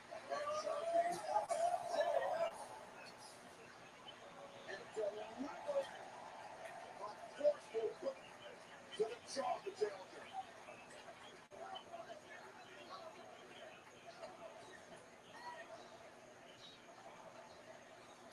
See, and I think one of the reasons why MJ wanted this stipulation is because this is Hangman's type of match right here. You know, brawling on the floor. He's such an incredible brawler. He takes a lot of punishment. Oof. That's what I'm talking about.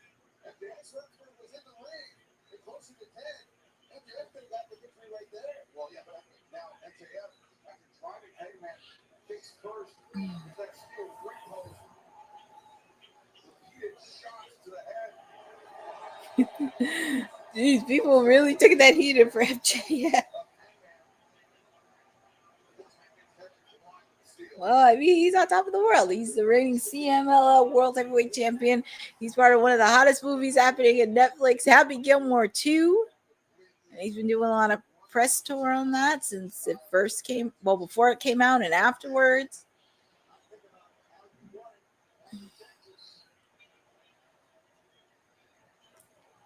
That's one of the things. And he's such a talented and capable wrestler.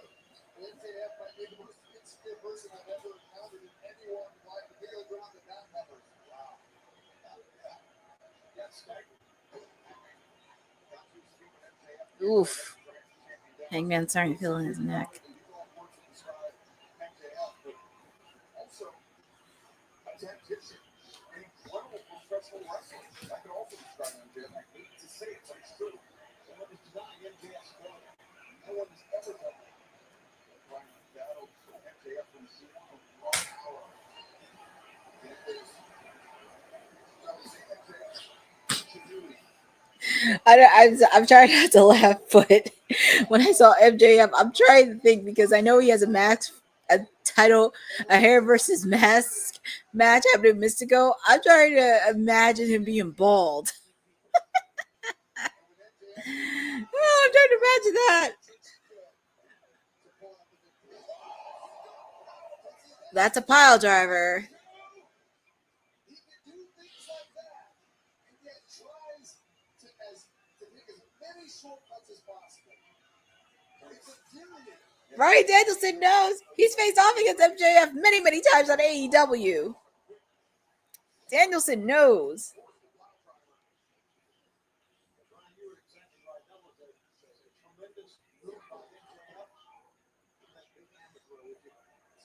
And then when he gets advantage like this, he's so good at taking control. But being very deliberate, being very tactical. Now, you and I were on the call in 2019, Hangman Page and MJF. That's the match that determined the first ever winner of the Dynamite Diamond Ring. It was MJF that got the better of Hangman that night. And that Dynamite Diamond Ring was like the role in so many of MJF's victories over the last nearly 6 years. The Dynamite Diamond Ring, which only he has held in all these years. That makes you think that, well, will he use it tonight? Of course he will. Just see the opportunity to present himself. Sure, MJF will show no hesitation. Oof. On the arm, MJF assaults the earth on bar. Boudoir on bar.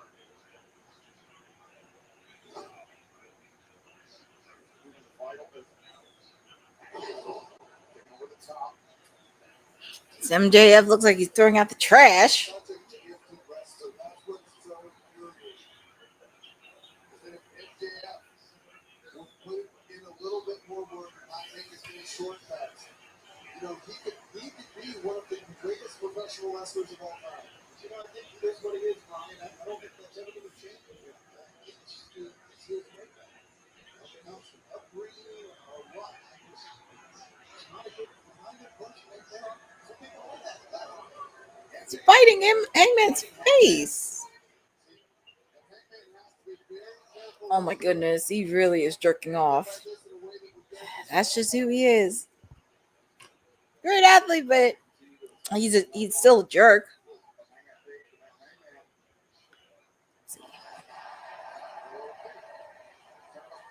Oh, he's biting MJF's head, his hair.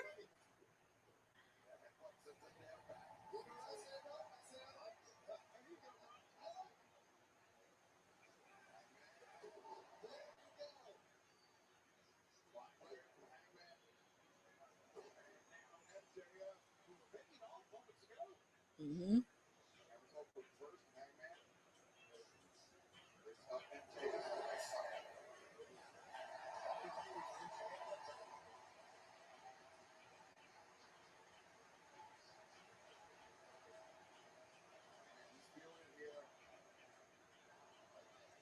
The crowd is going behind Hangman Adam Page.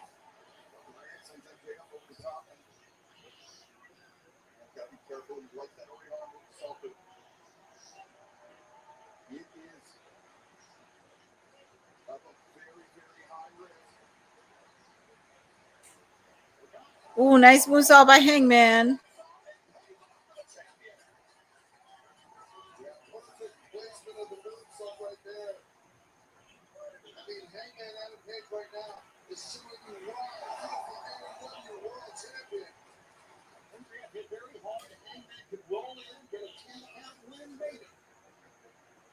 That's not how Hangman Adam Page wants to beat MJF. Yeah, and that's not the kind of AEW champion that I want either. Ooh, nice powerbomb. Kick out made by MJF.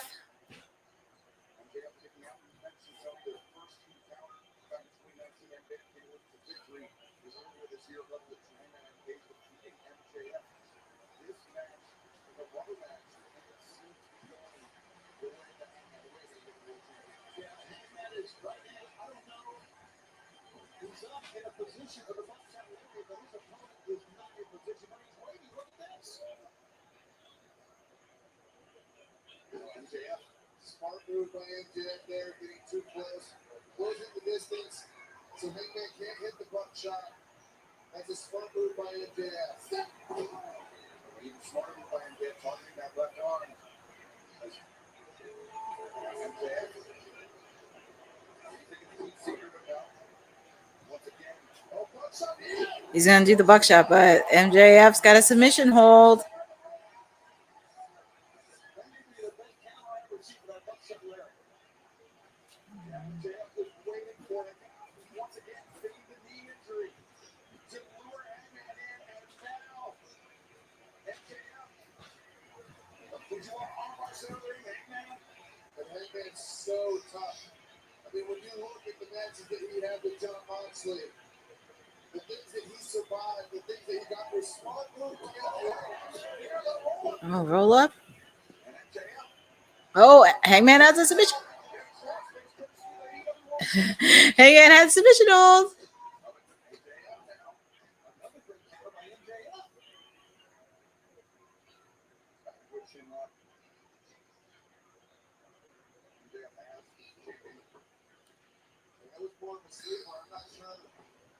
I'm not sure he had an opportunity to roll.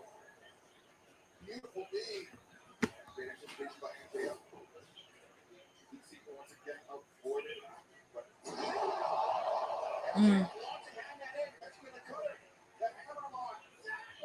Ooh, nice move by MJF. 2 kick out made by Hangman. Yeah, when he gave me that DDT, it sent shivers down my spine.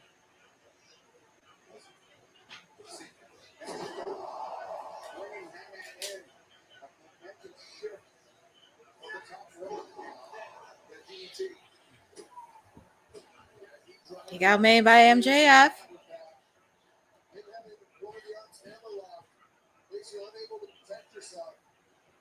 An entire sequence what you saw on replay shows you what type of athlete Hangman Adam Page is. Oh, look at MJF. He has a contract and he has a CMLL World Heavyweight title. What's he gonna do here? The CMLL World Championship on the floor, clearing the timekeeper's table.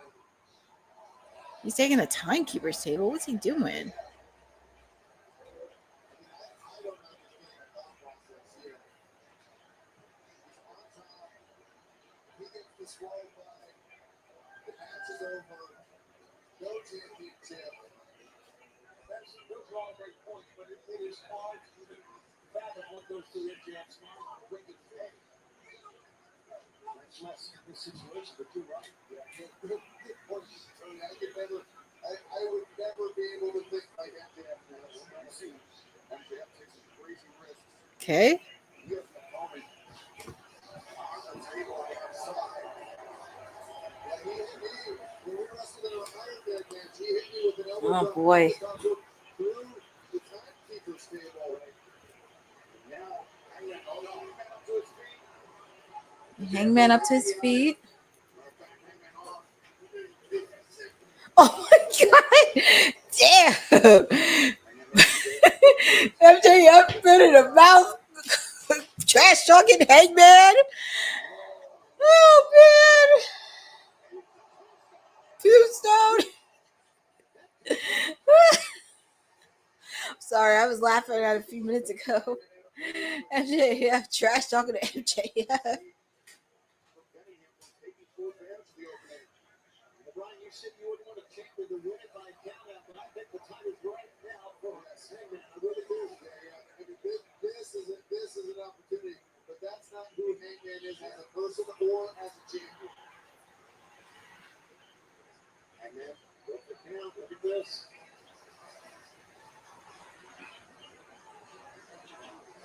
Second call. Oh, come on. You're the champ, Hangman. Make it wrestle your match. Don't get.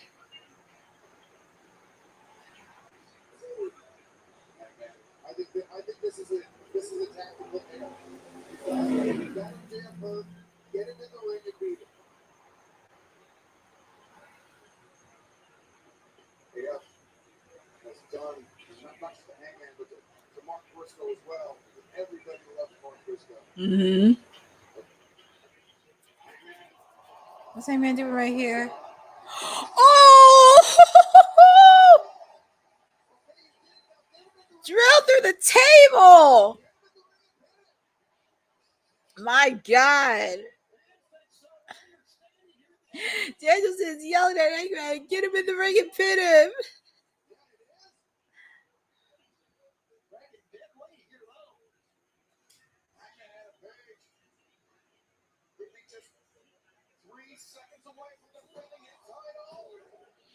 foot on the rope by MJF.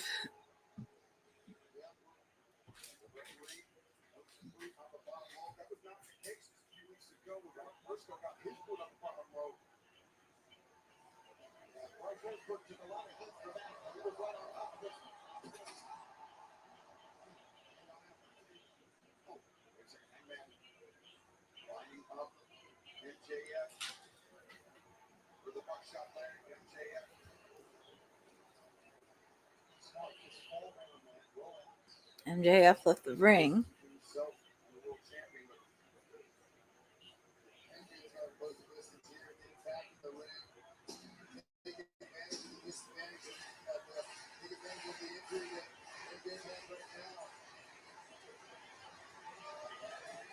Ooh, head first onto the steel chair.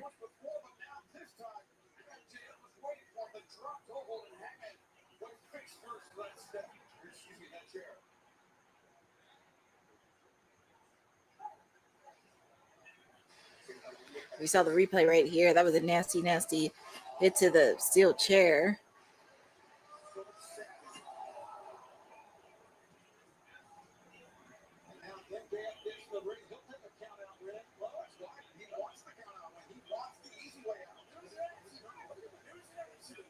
It was not an accident. You know it. You are such a liar.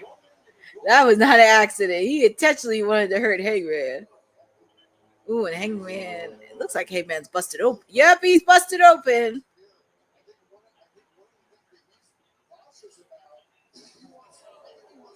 Had him taste some steel steps.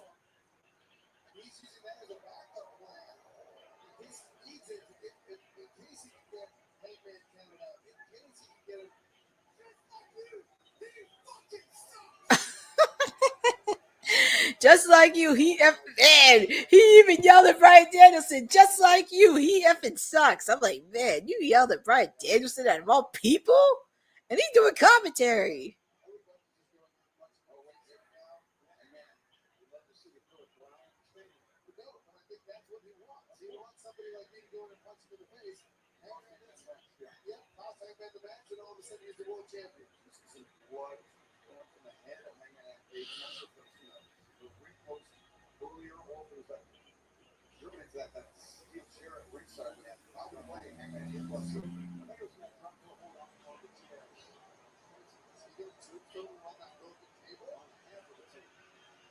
What's he gonna do?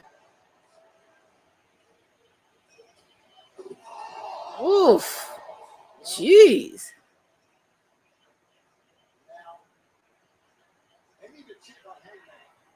Yeah, because Hangman, his face is completely bloodied.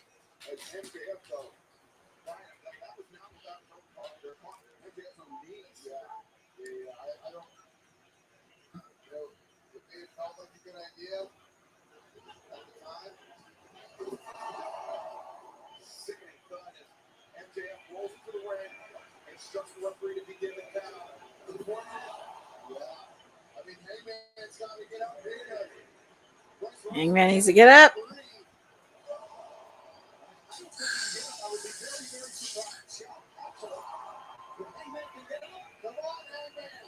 Needs to get up.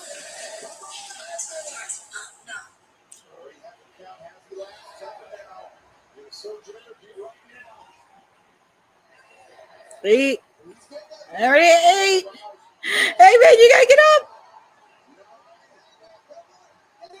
Oh, he got in the ring. He finally got in the ring. Woof. He finally got in the ring. Oof. I don't think this match is gonna end that easy.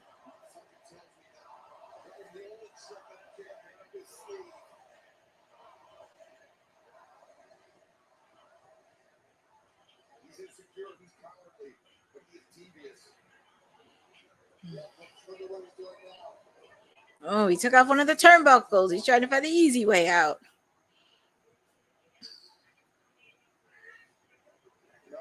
Oh, he hit him on the head with a turnbuckle.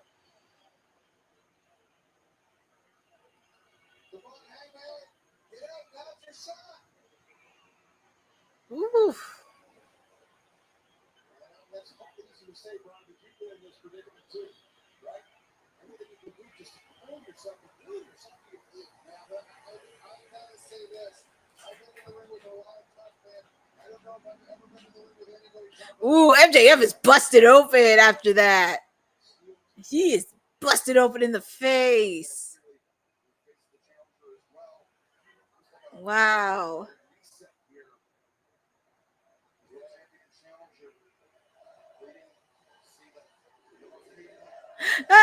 The fans are chanting, "You deserve it." I don't like to see anybody's face bloodied like that, but whew, the fans, they're just savage.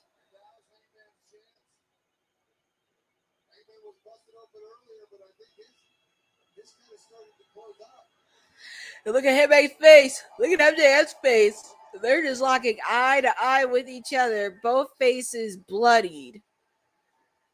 And looking like they have every inch of their body.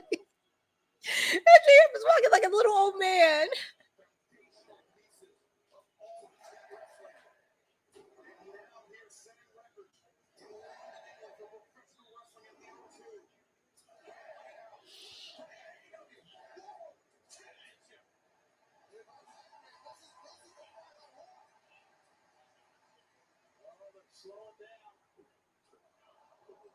Both men laid out.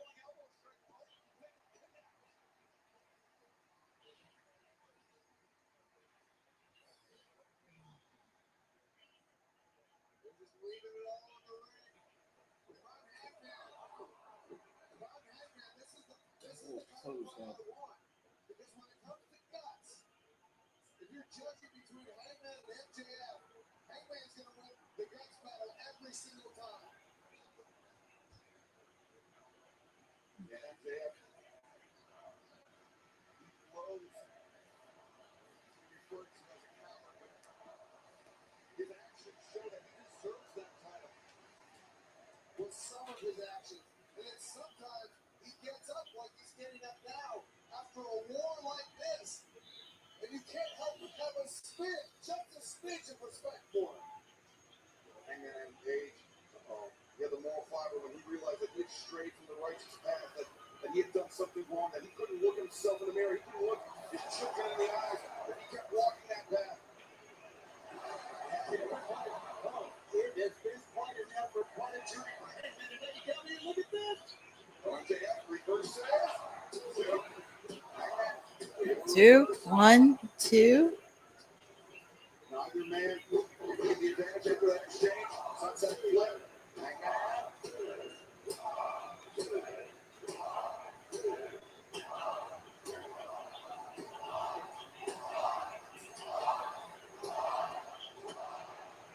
It's like Ring Around the Rosie with pinfalls. Ooh, ooh, ooh. Death Eye. That has to be it. Kick out by MJF.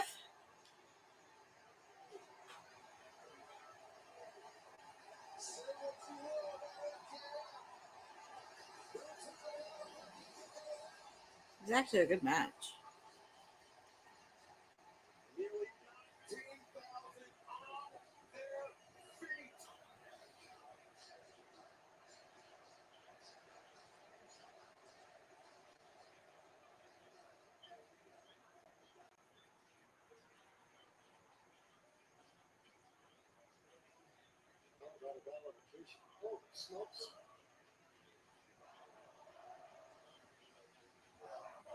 They say fight forever. That's funny. Fight forever.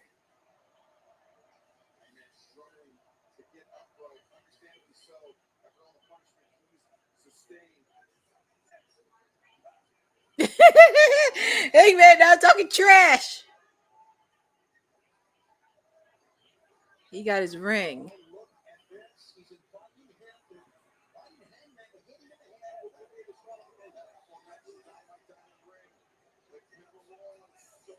Does he have to call everybody a dumbass, really?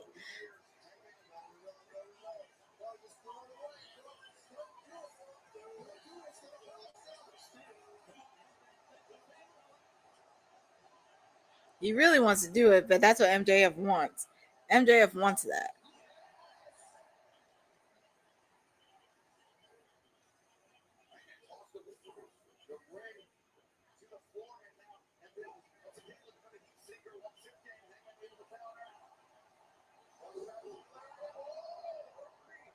Ooh, referee.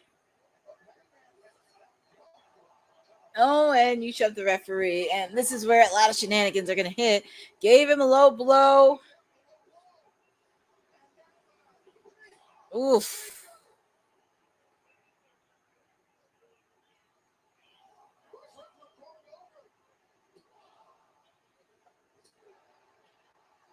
Nope. Nope. Nope. Nope. Nope. Wait a minute. Nope. Hold on. Wait a second. Hangman had his foot on the ropes. He did not win. He did. He won. No, no, no. Hangman had his foot on the ropes.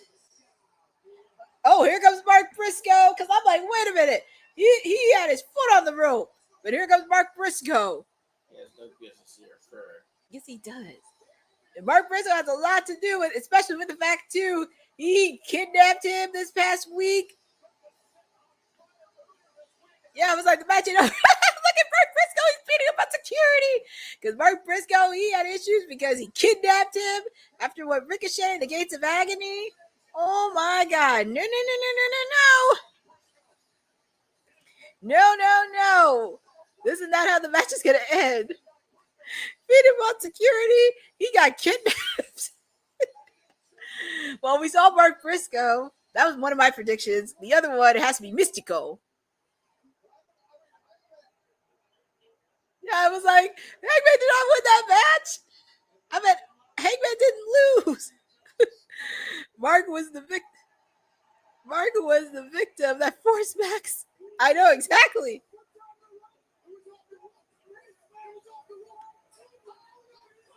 See, now the referee looks at it. I was like, wait a minute, this match is not over. Hangman.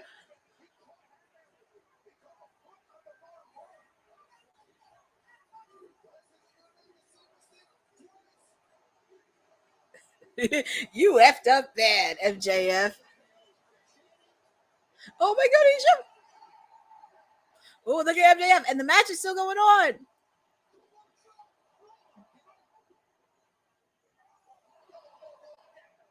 Oh, the low blow.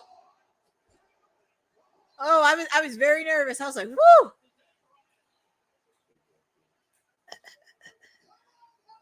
I can hear Brian Danielson yelling on commentary. Come on, Hangman. MJF should be champion. That's all he can do. That's all he can do is steal it. I don't think he's realizing he's not going to steal it from Hangman tonight. The fans trying to get behind Hangman here. MJF was sorting for those same dirty tricks that have carried him throughout his AEW career.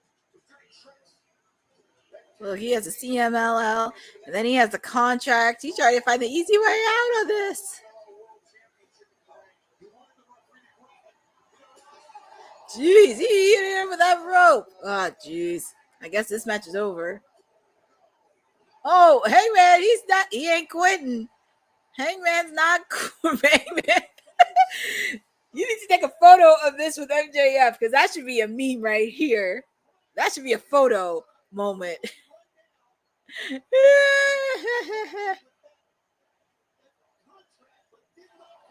The fans are going really behind. The fans are really rallying behind Hangman.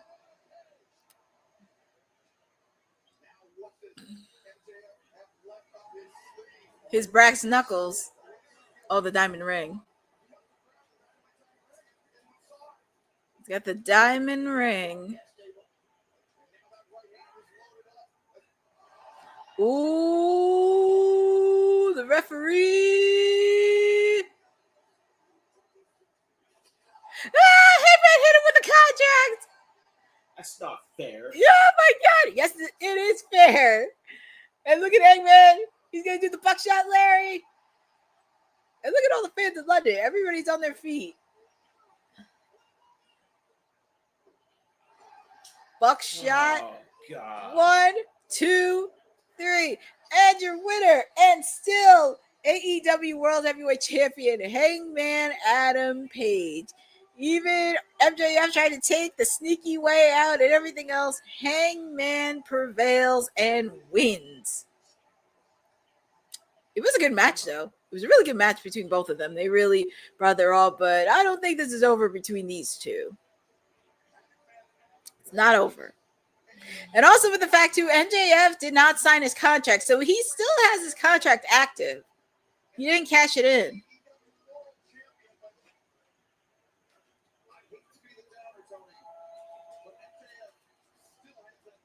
Yes, that's exactly true. He did not cash in that contract. He still has that contract, so he can cash it in anytime, any place, anywhere.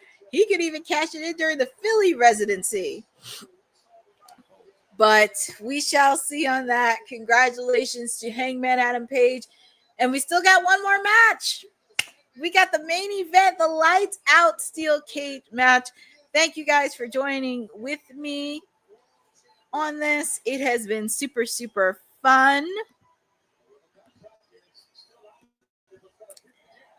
It has been a solid event at Forbidden Door so far. Because like I said, I know a lot of people don't watch AEW, but they do pretty good on their pay-per-views. Even though storylines have not been consistent, they have been good on their matches when it comes to the pay-per-view. So I got to give kudos to that. And kudos to everybody joining me on this watch along for AEW Forbidden Door. It has been fun with all of you. It was a really great, solid Forbidden Door in London. First time they ever did Forbidden Door outside of the US. That match was shortened through. Yeah. But I'm very happy. But congratulations. Hangman Adam Page is still the AEW World Heavyweight Champion. And right before the main event, I'm going to take a quick break. So make sure you take a quick break and get your beverage, get everything else suited for, because we got a main event to hang on. So take a... Yes, the pacing was. And I think they probably did Texas because it was their biggest show. So I can't knock them for that. But I think I'm good. We're going to take a quick break. Take a quick 39-second, 20-second break because we got a main event to hit. And they're still doing Hangman, celebrating. MJF is still in the ring. But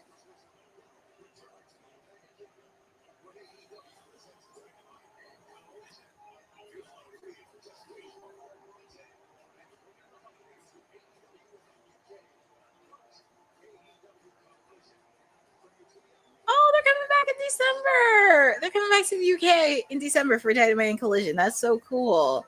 I love that. I love it. So yes, December 13th, Cardiff, Wales. December 17th, Manchester, England. Coming overseas to the UK. And look who's back. Tony Schiavone. He's back at the desk with Excalibur and Bryan Danielson. Bryan Danielson's definitely done a solid job commentary. And we're going to take a quick break, so make sure to get your beverage, get your snacks, get everything ready for the main event. And we're going to take a quick break.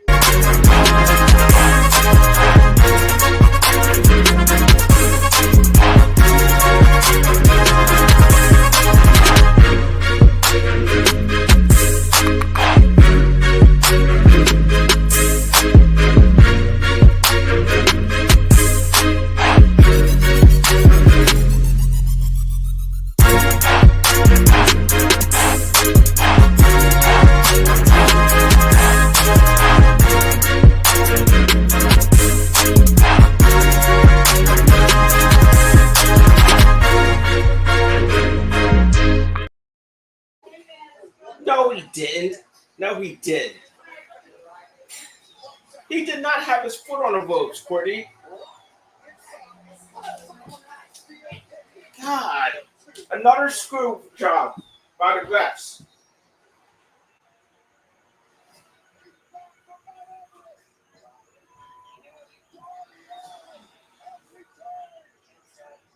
Courtney, where's the charger thing? Where's the charger thing on where the computer is?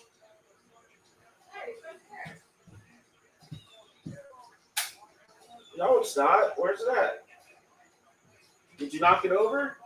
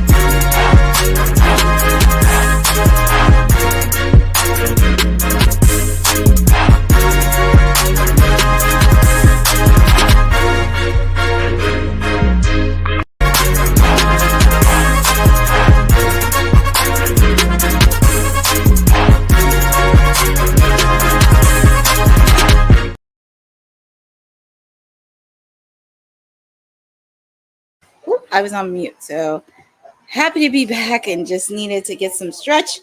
Everything else good to go. But we are in our main event match. This lights out. Oh, sorry. This lights out steel cage match.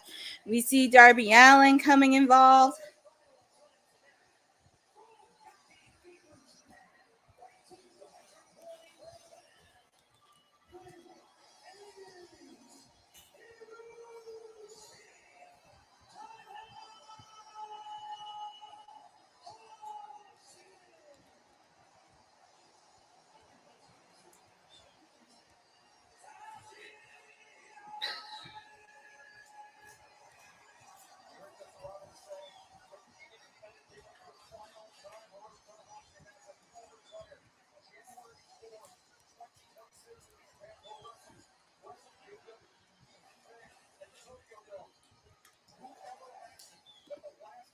Okay, so we are back.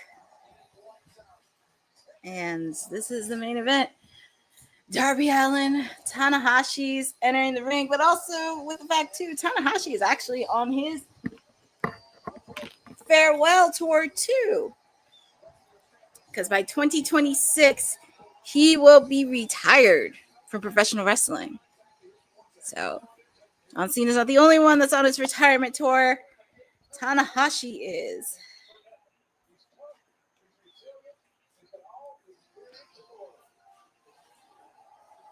Let me see. Kota Ibushi.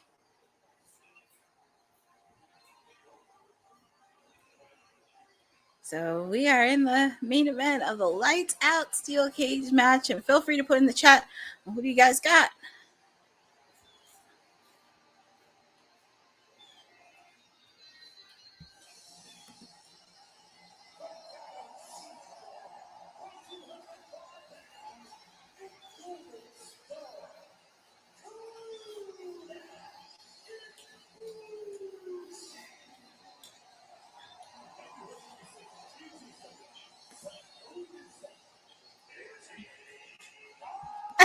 Hey, Christina, thank you for joining. I'm trying to watch the match in Courtney's glasses. Yeah. I'm trying to put my head up on the TV. But yeah, we're in the main event. We are finally in the main event. Final match, lights out, steel cage match. Here comes Kota Ibushi. And we're just waiting on his tag team partner of one half of the Golden Lovers, Kenny Omega and Kota Ibushi. And we haven't seen Kenny Omega since All in Texas.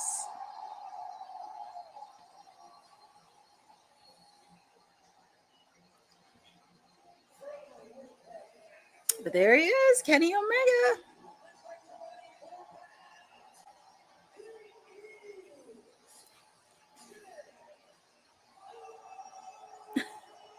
Even the fans know his entrance by heart. They know Kenny's entrance by heart.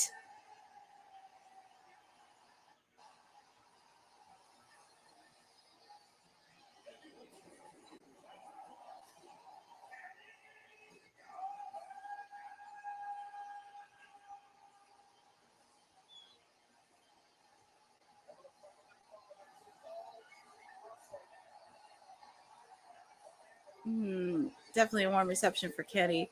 Like I said, we haven't seen Kenny. We haven't seen Kenny since All in Texas.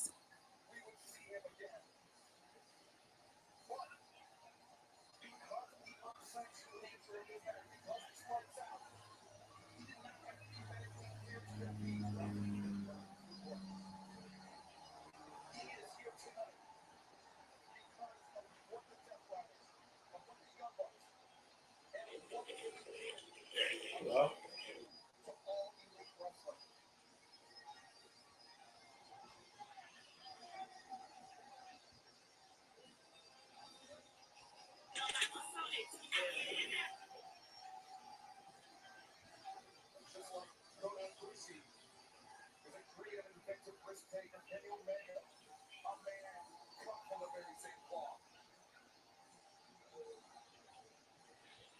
And they're missing one more person from their match, and that is London's own Will Ospreay.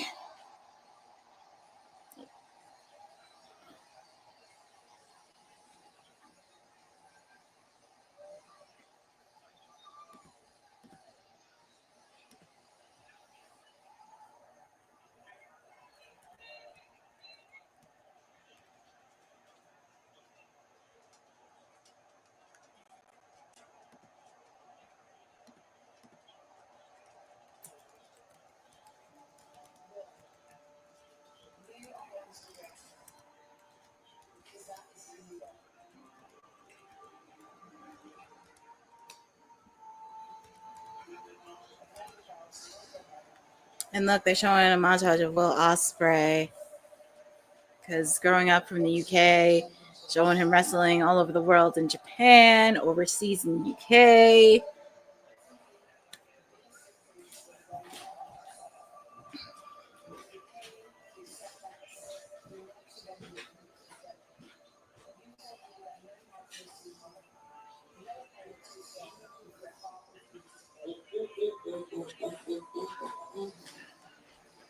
So yeah, they're showing the montage of Will Ospreay even during his time in AEW. But even though it is this,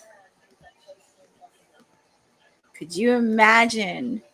Especially this is the O2, but can you imagine the crowd going nuts for Will Ospreay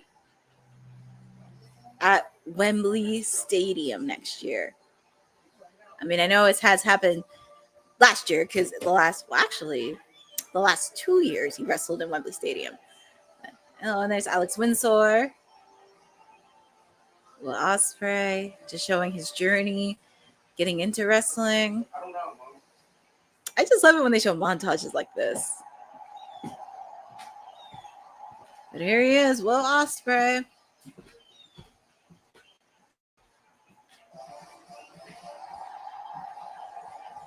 Because after Forbidden Door, him and Swerve are definitely taking time off to heal from their injuries.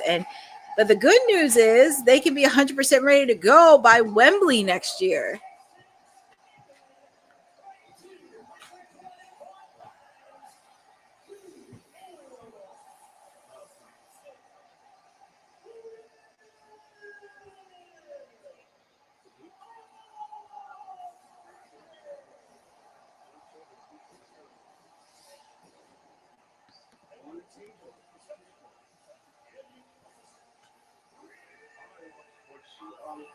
Come on.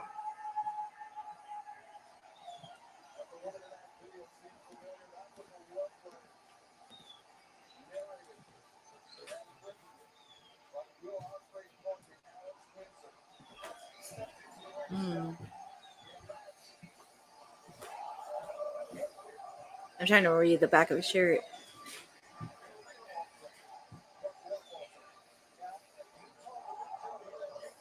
Attack for the next generation. That's what it says on the back of Ospreay's jacket. And also with the fact, too, if you notice, Bryan Danielson left commentary saying, I don't want to be involved. I don't want to be hurt.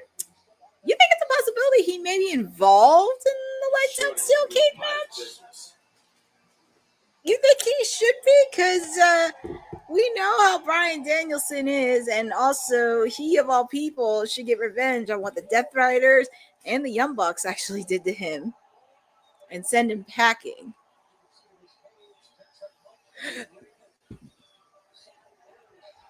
But you know, if Swerve and Will Ospreay need to take time off, they can take time off. Oh, spray. Oh, spray. It's going to be very infectious.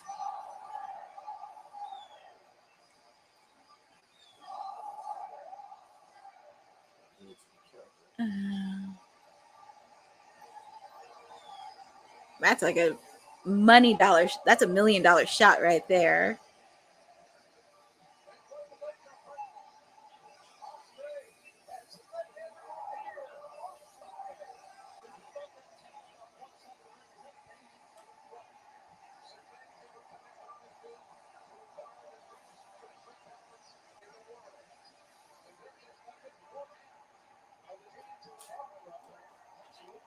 But we're just waiting on their opponents.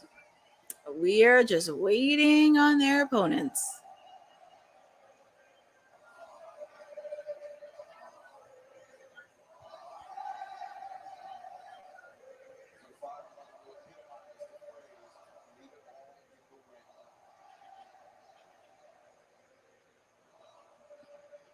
I was like, Tanahashi does have nice hair.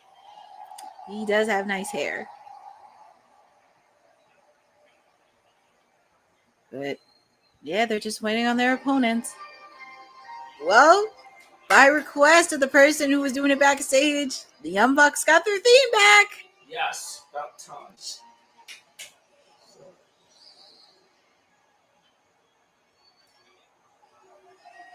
Oh my God!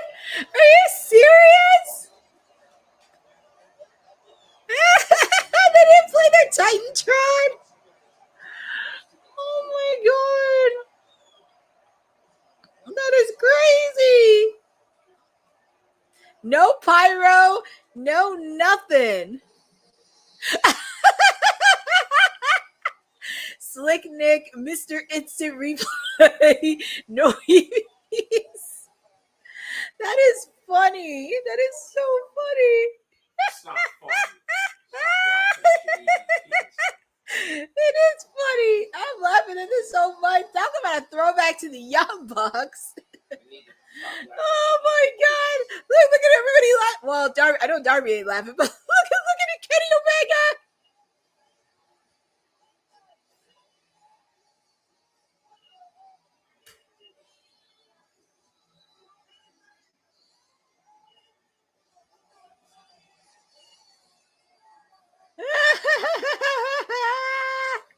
That is hilarious. Oh, that's just pure gold. I'm just loving this.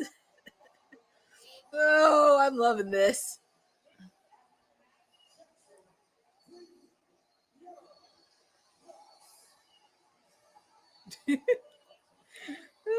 Brian Hansen? Yes. Oh, that's a good theme song. Oh my God, that is Hanson. I just realized that. Wow, that's crazy. That is crazy, Hanson.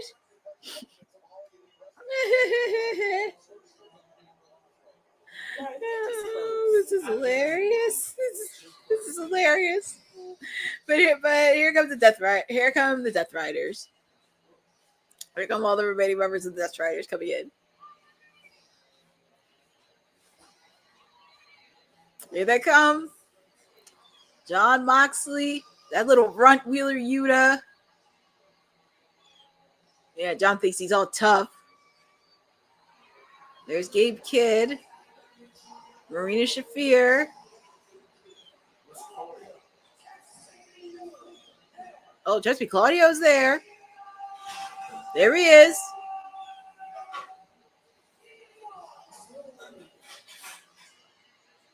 So, ladies and gentlemen, this is our main event. And Gabe Kidd is still on my enemies list.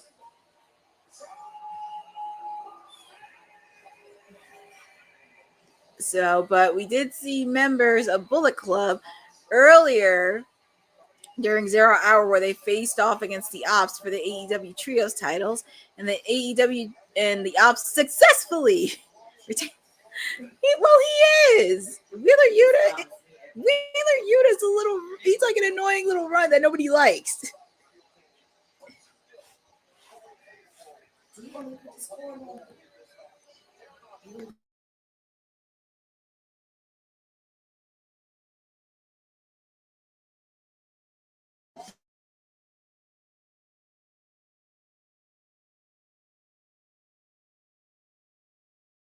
I was on mute. Well, Maria, to be fair, everybody wanted to come out on their own. And also with the fact to Will Ospreay, this may be one of the final times we'll see him before he has to go into surgery for his neck. So of course they had to do a montage of it. And I think it's cool that they do have entrances. To be fair, I mean, I actually do like seeing the entrances, especially when it's on a pay-per-view and it's on one of the biggest shows. Like, what kind of entrance are they going to have? I mean, I like it. But as I mentioned, the Ops successfully retained the AEW Trios titles against the rest of Bullet Club. So don't be shocked. But I'm very curious. This is going to be very interesting because this is a lights out sanction match.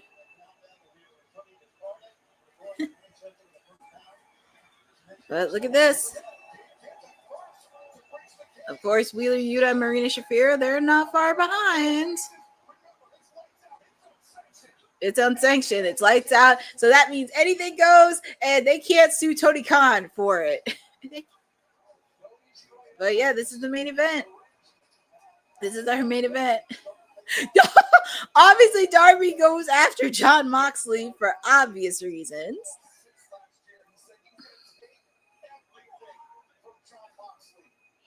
Will Ospreay taking out Gabe Kidd.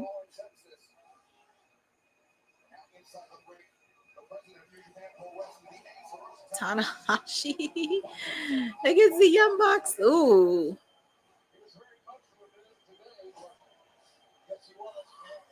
Yeah, well, that's why he is the ace. He is the ace of New Japan. Gabe Kidd taking out the president of New Japan.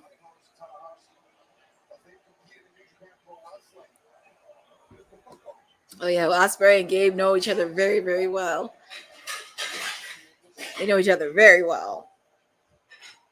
But also, like I said, don't be shocked if you see the rest of Bullet Club come out to help Gay Kid with the Death Riders. Obviously, you have Wheeler Yuta and Marina Shafir. But like I said, you could see Bryan Danielson come in the match. But here comes Will Ospreay. Ooh, outside the ropes. And also, JR is back in the main event. I'm happy he's doing commentary for the main event.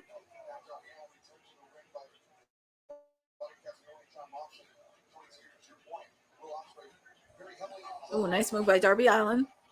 Yeah, this is Darby Allin's first match since he's been back.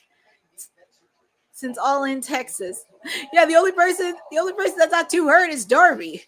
And Darby's used to this kind of stuff. Ooh, here come the Golden Lovers and the Young Bucks, and they know each other very, very well.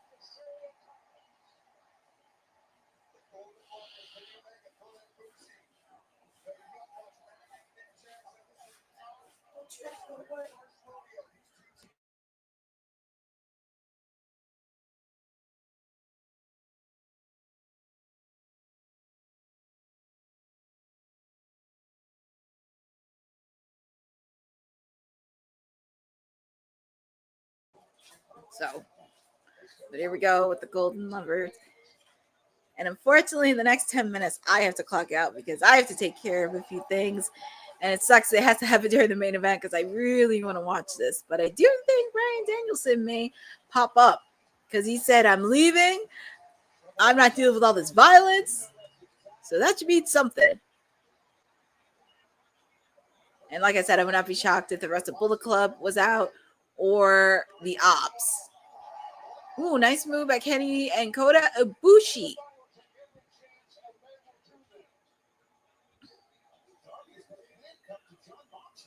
Ah, handcuffed to John Moxley? Oh my God.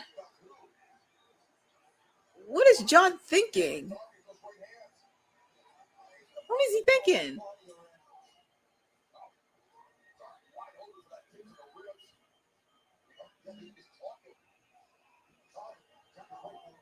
Whose idea was to handcuff each other? Ooh, code red. And he did it while he was handcuffed. Well, the handcuffs got released, so that's good.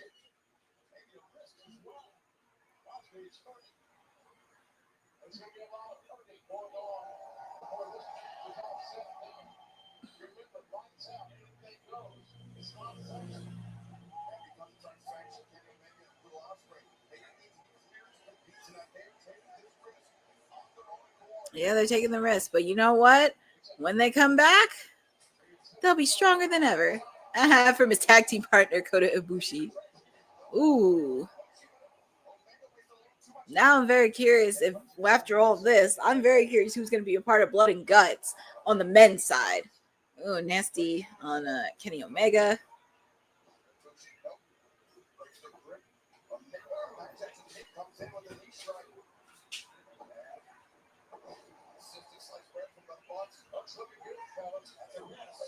I know the Young Bucks have been suffering through some injuries too. I will say, since they lost their EVP status, I'm happy they're starting to embrace this storyline and they're enjoying it. Ooh, what's this? I'm pretty sure it's thumbtacks.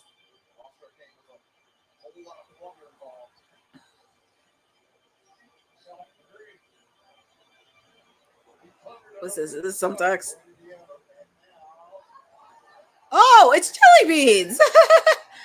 Jelly beans? Jelly beans. I thought it was thumbtacks. Jelly beans.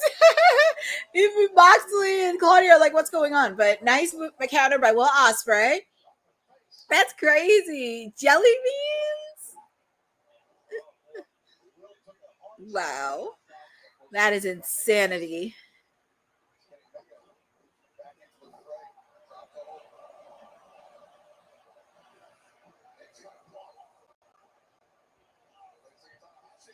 Here comes Tanahashi.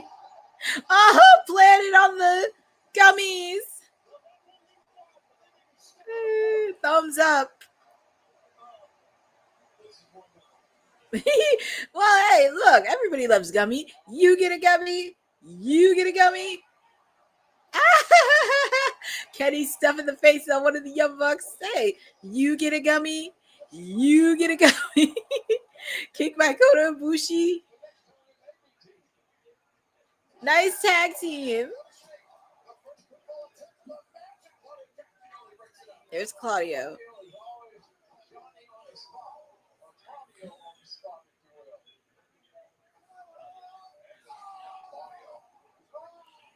Oof.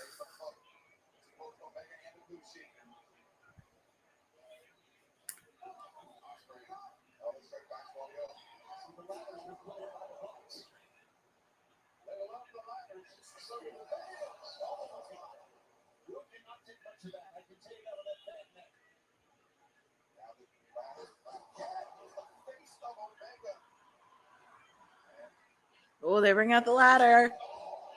Oh, hit to the face bite onto Ibushi by the Young Bucks.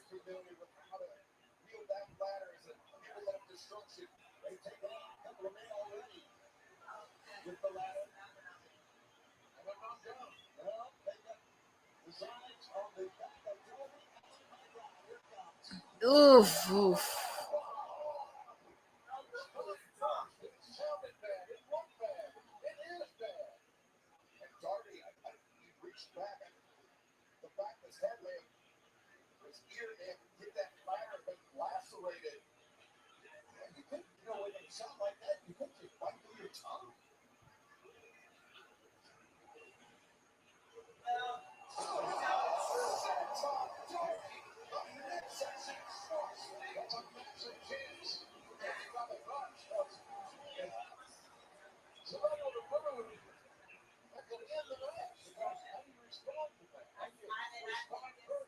Ooh, nice.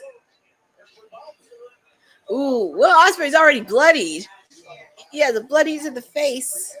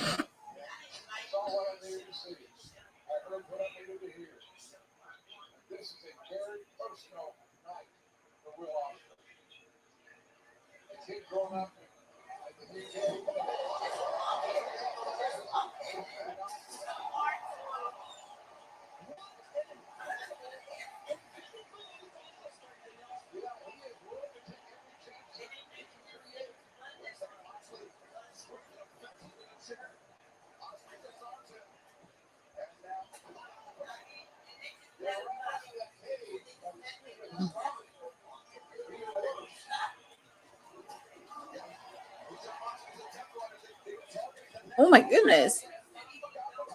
Will Ospreay trying to break John's neck. I guess after what he did to everybody else. But there's Gabe Kidd trying to do the same thing to Will Ospreay. Pile driver.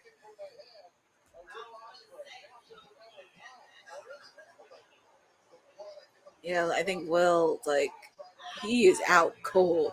And they knew going into this match there was going to be a lot of risk factors into it. And I guess they wanted to do a clean slate with Will the same way they did with Swerve, because Swerve's going to be out for a while after what happened earlier with Okada taking him out. And then you had Wardlow taking him out too.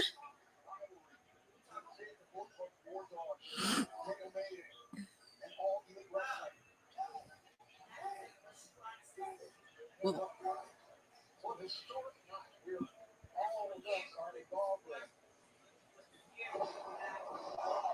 ooh, nice move by the Young Bucks. And Kenny, he's still hurt from what happened at Hall in Texas. Yeah. What's he doing? Oh.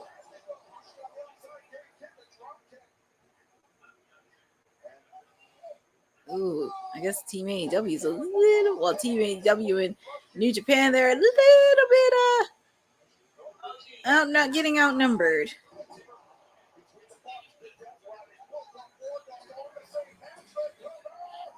But I have to clock out a little early. It really sucks because I am gonna miss the main event, but I'll pretty much watch it after an important meeting I have to attend to. But like I said, it has been fun spending it with all of you on this watch along edition of Timeless Elite. Well, it's not Timeless Elite Wednesday, but AEW Forbidden Door. It has been fun to spend it with all of you. I give my rating a 9 out of 10. It did what everything needed to do. The matches, they were pretty solid from top to bottom. I don't think there was not a worse or bad match, but every match checked off the boxes, so I give it a 9 out of 10.